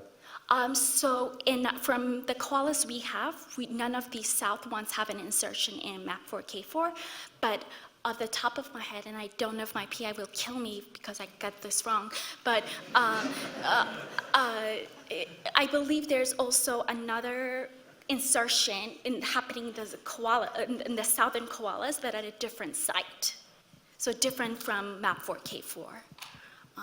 But in the tissues we've received, we don't see any antisense insertion.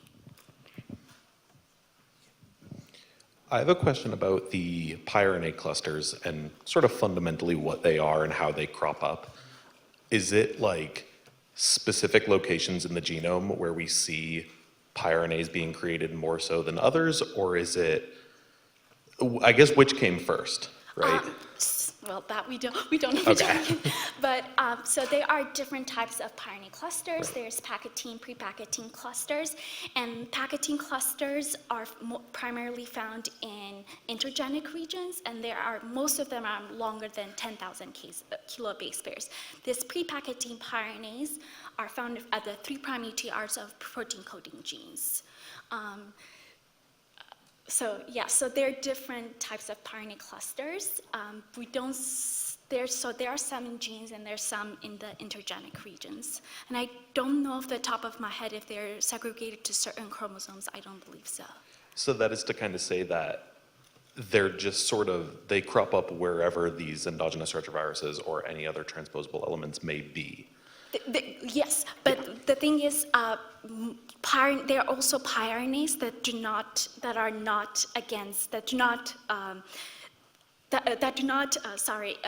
they don't form complementarity with any retrovirus. So they're just random, we don't really know their function. So not all pyRNAs are against retroviruses or transposable elements. So I don't really know how pyRNA clusters are formed, but the idea is, or what we are seeing here is this insertion could be the beginning of a pyRNA cluster. Very cool, thank you. Yeah. All right, thank you, Milky. So our final speaker of this session and the final trainee speaker is Erica Weiskopf from MIT, and she's going to be telling us about HIV nuclear entry through the nuclear pore complex.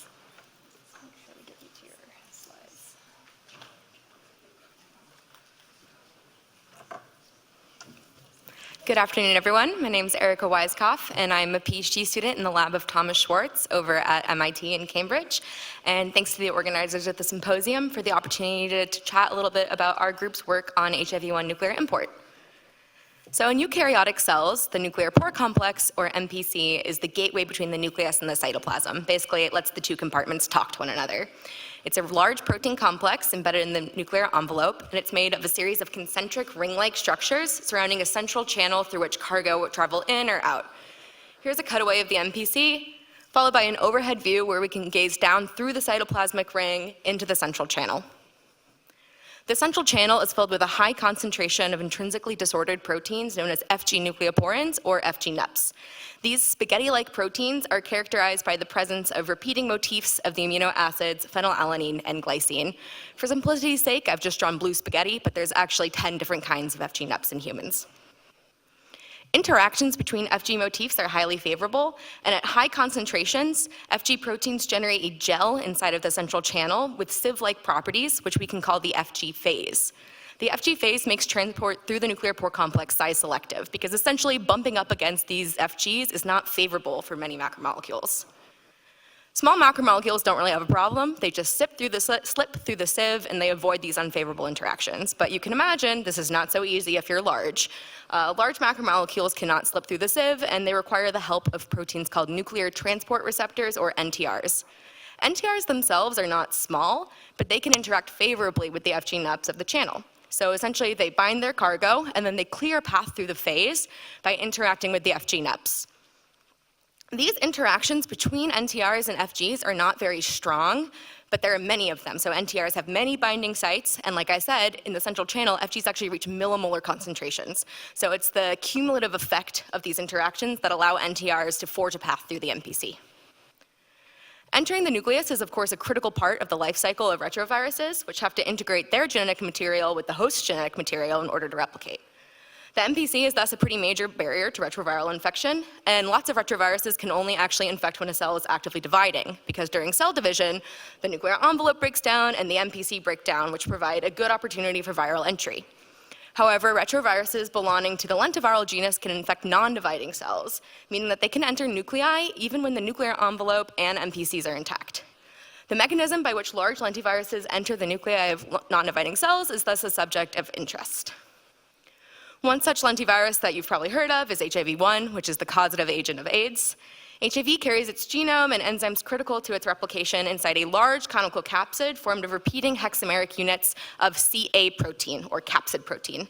The capsid is critical in infection because it shields the viral genome from recognition by destructive host defense mechanisms. And actually, capsids that fall apart early do not result in productive infections. So we know there's some kind of selective pressure on the HIV capsid to remain intact during infection. And intriguingly, intact capsids have actually been imaged in proximity to MPCs and within nuclei. Additionally, we know that the hexameric building blocks of the HIV capsid have been found to interact with FG motifs. The large blue and gray structure you see here is capsid hexamer, and in orange you can see a peptide region of the nuclear pore protein NUP153 docked into a binding pocket created by hexamerization. I'm going to attempt to use this feature. We all see it. And perturbing the interaction between the capsid protein and NUP153 actually reduces viral infectivity. And interestingly, this same binding pocket can be occupied by a small region of a protein called CPSF6. CPSF6 is not a nuclear pore complex protein. It's actually an RNA polyadenylation factor. The only two things these proteins have in common is the presence of an FG motif. And in fact, CPSF6 actually has a single FG motif. And they both occupy this same binding pocket. And this interaction between CPSF6 and HIV is known to be important for integration site targeting. So these interactions as nuclear pore biologists piqued our interest because they seemed pretty reminiscent of interactions between nuclear transport receptors and the FG motifs of the pore. And just like NTRs, capsids seem to have many potential binding sites for FG-containing proteins. So there are 6 binding sites on the hexamer, and there are 250 hexamers in a capsid. So we have some evidence that the capsid might enter intact, and it seems like the capsid can interact with at least one nuclear pore protein, right? But then we ran into a bit of a dimensional conundrum, because for years, the maximum diameter of the central channel of the MPC was thought to be 40 nanometers, which could not accommodate a 60 nanometer capsid. However, in recent years, our lab used new structural approaches, namely cryo-electron tomography, to demonstrate that these smaller MPC diameters were artifacts of studying the structures in vitro. Essentially, they were collapsing when you took them out of their context. In actual cells, we found that the MPC diameter approaches 60 nanometers, which excitingly is very close to the diameter of the HIV capsid. So this is the work that kind of sparked our fascination with the problem of HIV-1 capsid passage, because if the capsid enters the MPC intact, it would actually be one of the largest known things in biology to do so. So it's also an interesting problem for probing the extremes of nucleocidal plasmic transport. Also, if the capsid were to use host nuclear transport receptors to passage the pore, this would increase the diameter even further by about 10 more nanometers, putting it past the potential capacity of the channel. So how, we wondered, does such a massive entity traverse the MPC? We hypothesized that a nuclear transport receptor-like mechanism could explain the import of such a large object through MPCs. Essentially, we asked whether HIV-1 doesn't need a nuclear transport receptor because it acts as its own nuclear transport receptor. And we sought to answer this question working closely in collaboration with Dirk Gerlich's group at the Max Planck Institute in Germany. First, we wanted to rule out that HIV wasn't just using its own, using a nuclear transport receptor that it found in the host cell. So to this end, we utilized a digitonin-based cell permeabilization assay. So digitonin-treated cells have permeabilized membranes, but they have intact nuclear envelopes and intact MPCs. So endogenous contents leak out of the cells. So there are no NTRs in these cells. So you can supplement them with recombinant NTRs with fluorescent labels that target the nuclear pore complex and fluorescently labeled cargo. And this basically just lets you track transport in a simplified environment. we supplemented permeabilized cells, which again do not have any nuclear transport receptors, with in vitro assembled capsid spheres produced from recombinant HIV capsid protein. However, we also encased green fluorescent protein inside of the capsids to serve as both a label and a cargo. So if the capsid localizes to the MPC without the presence of nuclear transport receptors, we should see co-localization of the MPC marker and the GFP brought by the capsid. If not, we would see GFP diffusely because the capsids would just leak back out of the cells.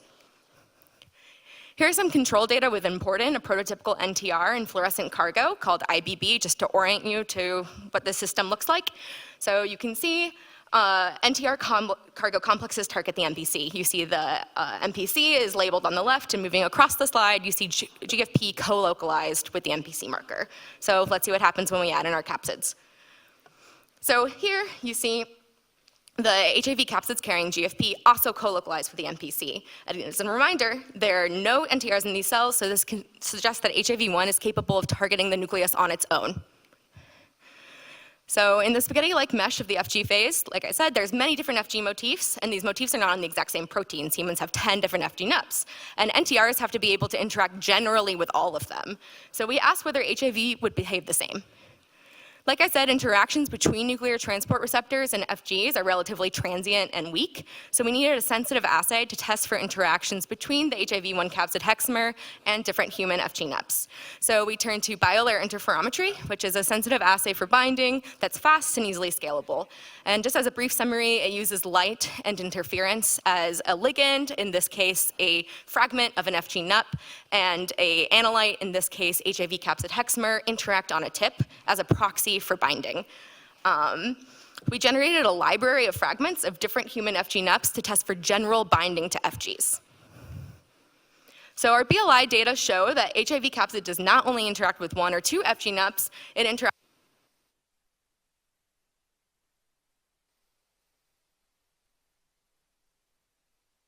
is capable of interacting with the FG nups on the cytoplasmic face of the pore, NUP358, the FG nups that make up the nucleoplasmic face of the pore, NUP50, as well as all the major FG nups that make up the channel. Oh, we're back. So thus, the capsid appears as a general binder of FGs. We then asked whether HIV-1 capsids were capable of penetrating FG phases in an NTR-like manner. The Gerlich group has exploited the ability of the FG nup NUP98 to form gel-like droplets at high concentrations. So essentially, at high concentrations, you can make minimal FG phases with these nups. So these mimic nuclear pores in vitro. So fluorophores like M-cherry get excluded from the droplets, whereas nuclear transport receptors and cargo partition in phases just like in a nuclear pore complex. So in a really simplified environment, we can look at transport. So you can imagine what I'm gonna ask, can we get capsids into these droplets? So we assembled shells containing M-cherry fluorophores out of capsid protein in both sphere and conical shapes. CLP here refers to capsid-like particle. M-cherry, again, can't enter the droplets on its own, so if we see M-cherry fluorescence, that means the capsids brought the M-cherry into the droplets. So here you see the droplets, you see M-cherry on its own is not partitioning into the droplets, you can see it's excluded. However, when we add our spheres and when we add our CLPs, we suddenly see that the droplets are fluorescing. So the capsid can serve as a cargo container that can enter these minimal nuclear pore complexes. So to summarize, we show that HIV-1 capsids behave like nuclear transport receptors by targeting MPCs, interacting generally like with FG nups, and partitioning directly into the FG phase. However, this isn't just a case of NTR mimicry. So NTRs interact with their cargo via surface interactions, so kind of like a horse pulling a cart, right? But the HIV capsid has evolved this really interesting ability to also serve as a cargo container. So instead of needing to import individual components that all have different shapes and sizes and charges, like the viral genome or the proteins required for integration, HIV has used its NTR-like capsid basically as a Trojan horse to import all of its deadly cargo at once silently into the nucleus. I'd like to acknowledge my advisor, Thomas Schwartz, our collaborator, Dirk Gerlich at the Max Planck Institute, as well as my co-authors, postdocs Ono Ackermans and Liron Fu, who were equal collaborators on this project. And special thanks to all the HIV biologists who've helped our nuclear pore lab kind of get its footing in the world of viruses the last 2 years, especially Jeremy Luban, who's here today. And I thank you to all of you for your questions.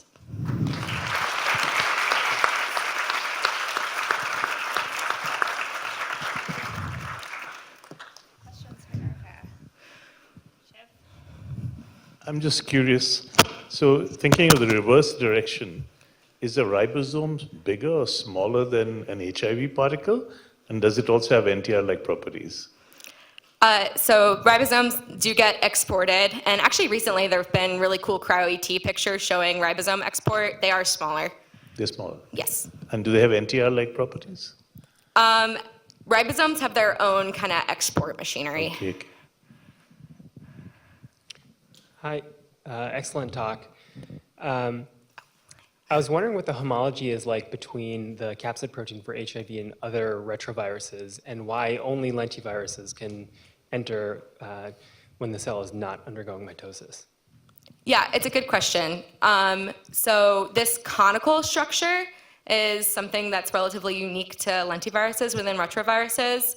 And this is a fun story to tell people because it's like kind of easy with any audience to say, look, there's a whole capsid going whole. And then another fun part of it is this conical shape.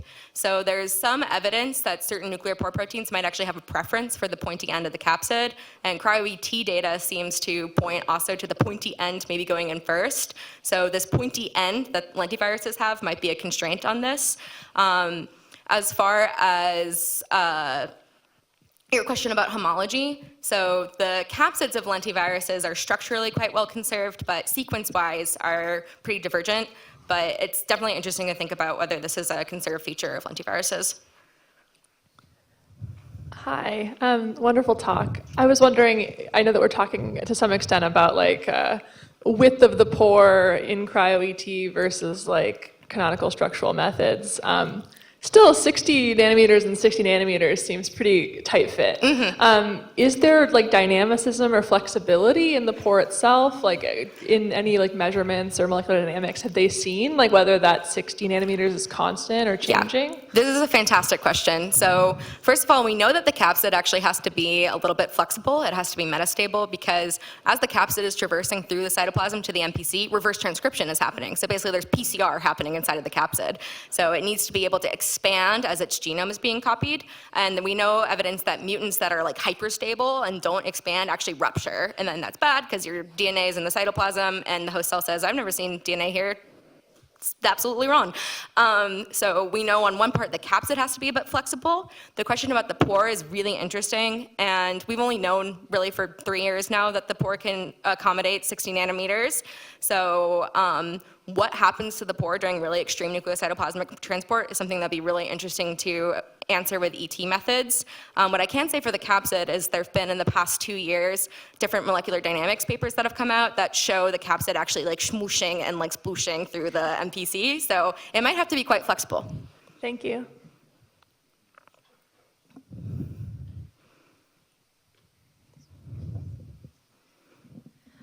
Sort of on a similar note, with the interactions with the FG motifs, do you have any thoughts on how that might be affecting like the phase separation dynamics and like consistency of the NPC itself, like during transport? Yeah, no, that's a really good question, especially since, there are viruses who've had to solve this problem of nucleocytoplasmic transport, and one such solution is having a protease that can cleave FGs. And there's some evidence with HIV infection that NUP62, which is usually a channel NUP, ends up somehow in the cytoplasm. So there might be some kind of disruption, whether that's through a actual biochemical mechanism or whether that's through brute force of giant capsid go through hole, that remains to be seen. But that's definitely something interesting to think about, and that's something you could probably visualize with ET. Great talk, thank you. Does your mechanism have anything to do with the mechanism of lenacapavir? Yes. Or shed any light on that? Yeah, so lenacapavir is, just for anyone who doesn't think about HIV all day, it's a capsid binding drug. It's a capsid inhibitor, lenacapavir, and it binds the exact same pocket. Yep. And right now, what the mechanism of lenacapavir is thought to be is that it destabilizes the capsid through hyperstabilizing it. So it kind of gets in there, and the capsid can't potentially partition into the phase. And those are experiments I'm interested in doing, or am doing right now. And that leads to the capsid actually cracking. It can't have that metastability. Hi, maybe a little unrelated, but don't we know that HIV entry is dependent on the presence of GP41 and GP120 on the virus and on the cell CCRX5 and CXCR4 and CD4. So where does those things stand in comparison to what you just mentioned here? So are you asking about the surface receptors? So those are going to be proteins that the envelope interacts with. And then once HIV fuses, it actually releases the capsid. So envelope and those surface receptors aren't going to be involved. I mean, watch me eat my words next year, but are theoretically not going to be involved in nuclear import because envelope is no longer playing a role. Okay, I think we're going to wrap up in the interest of time.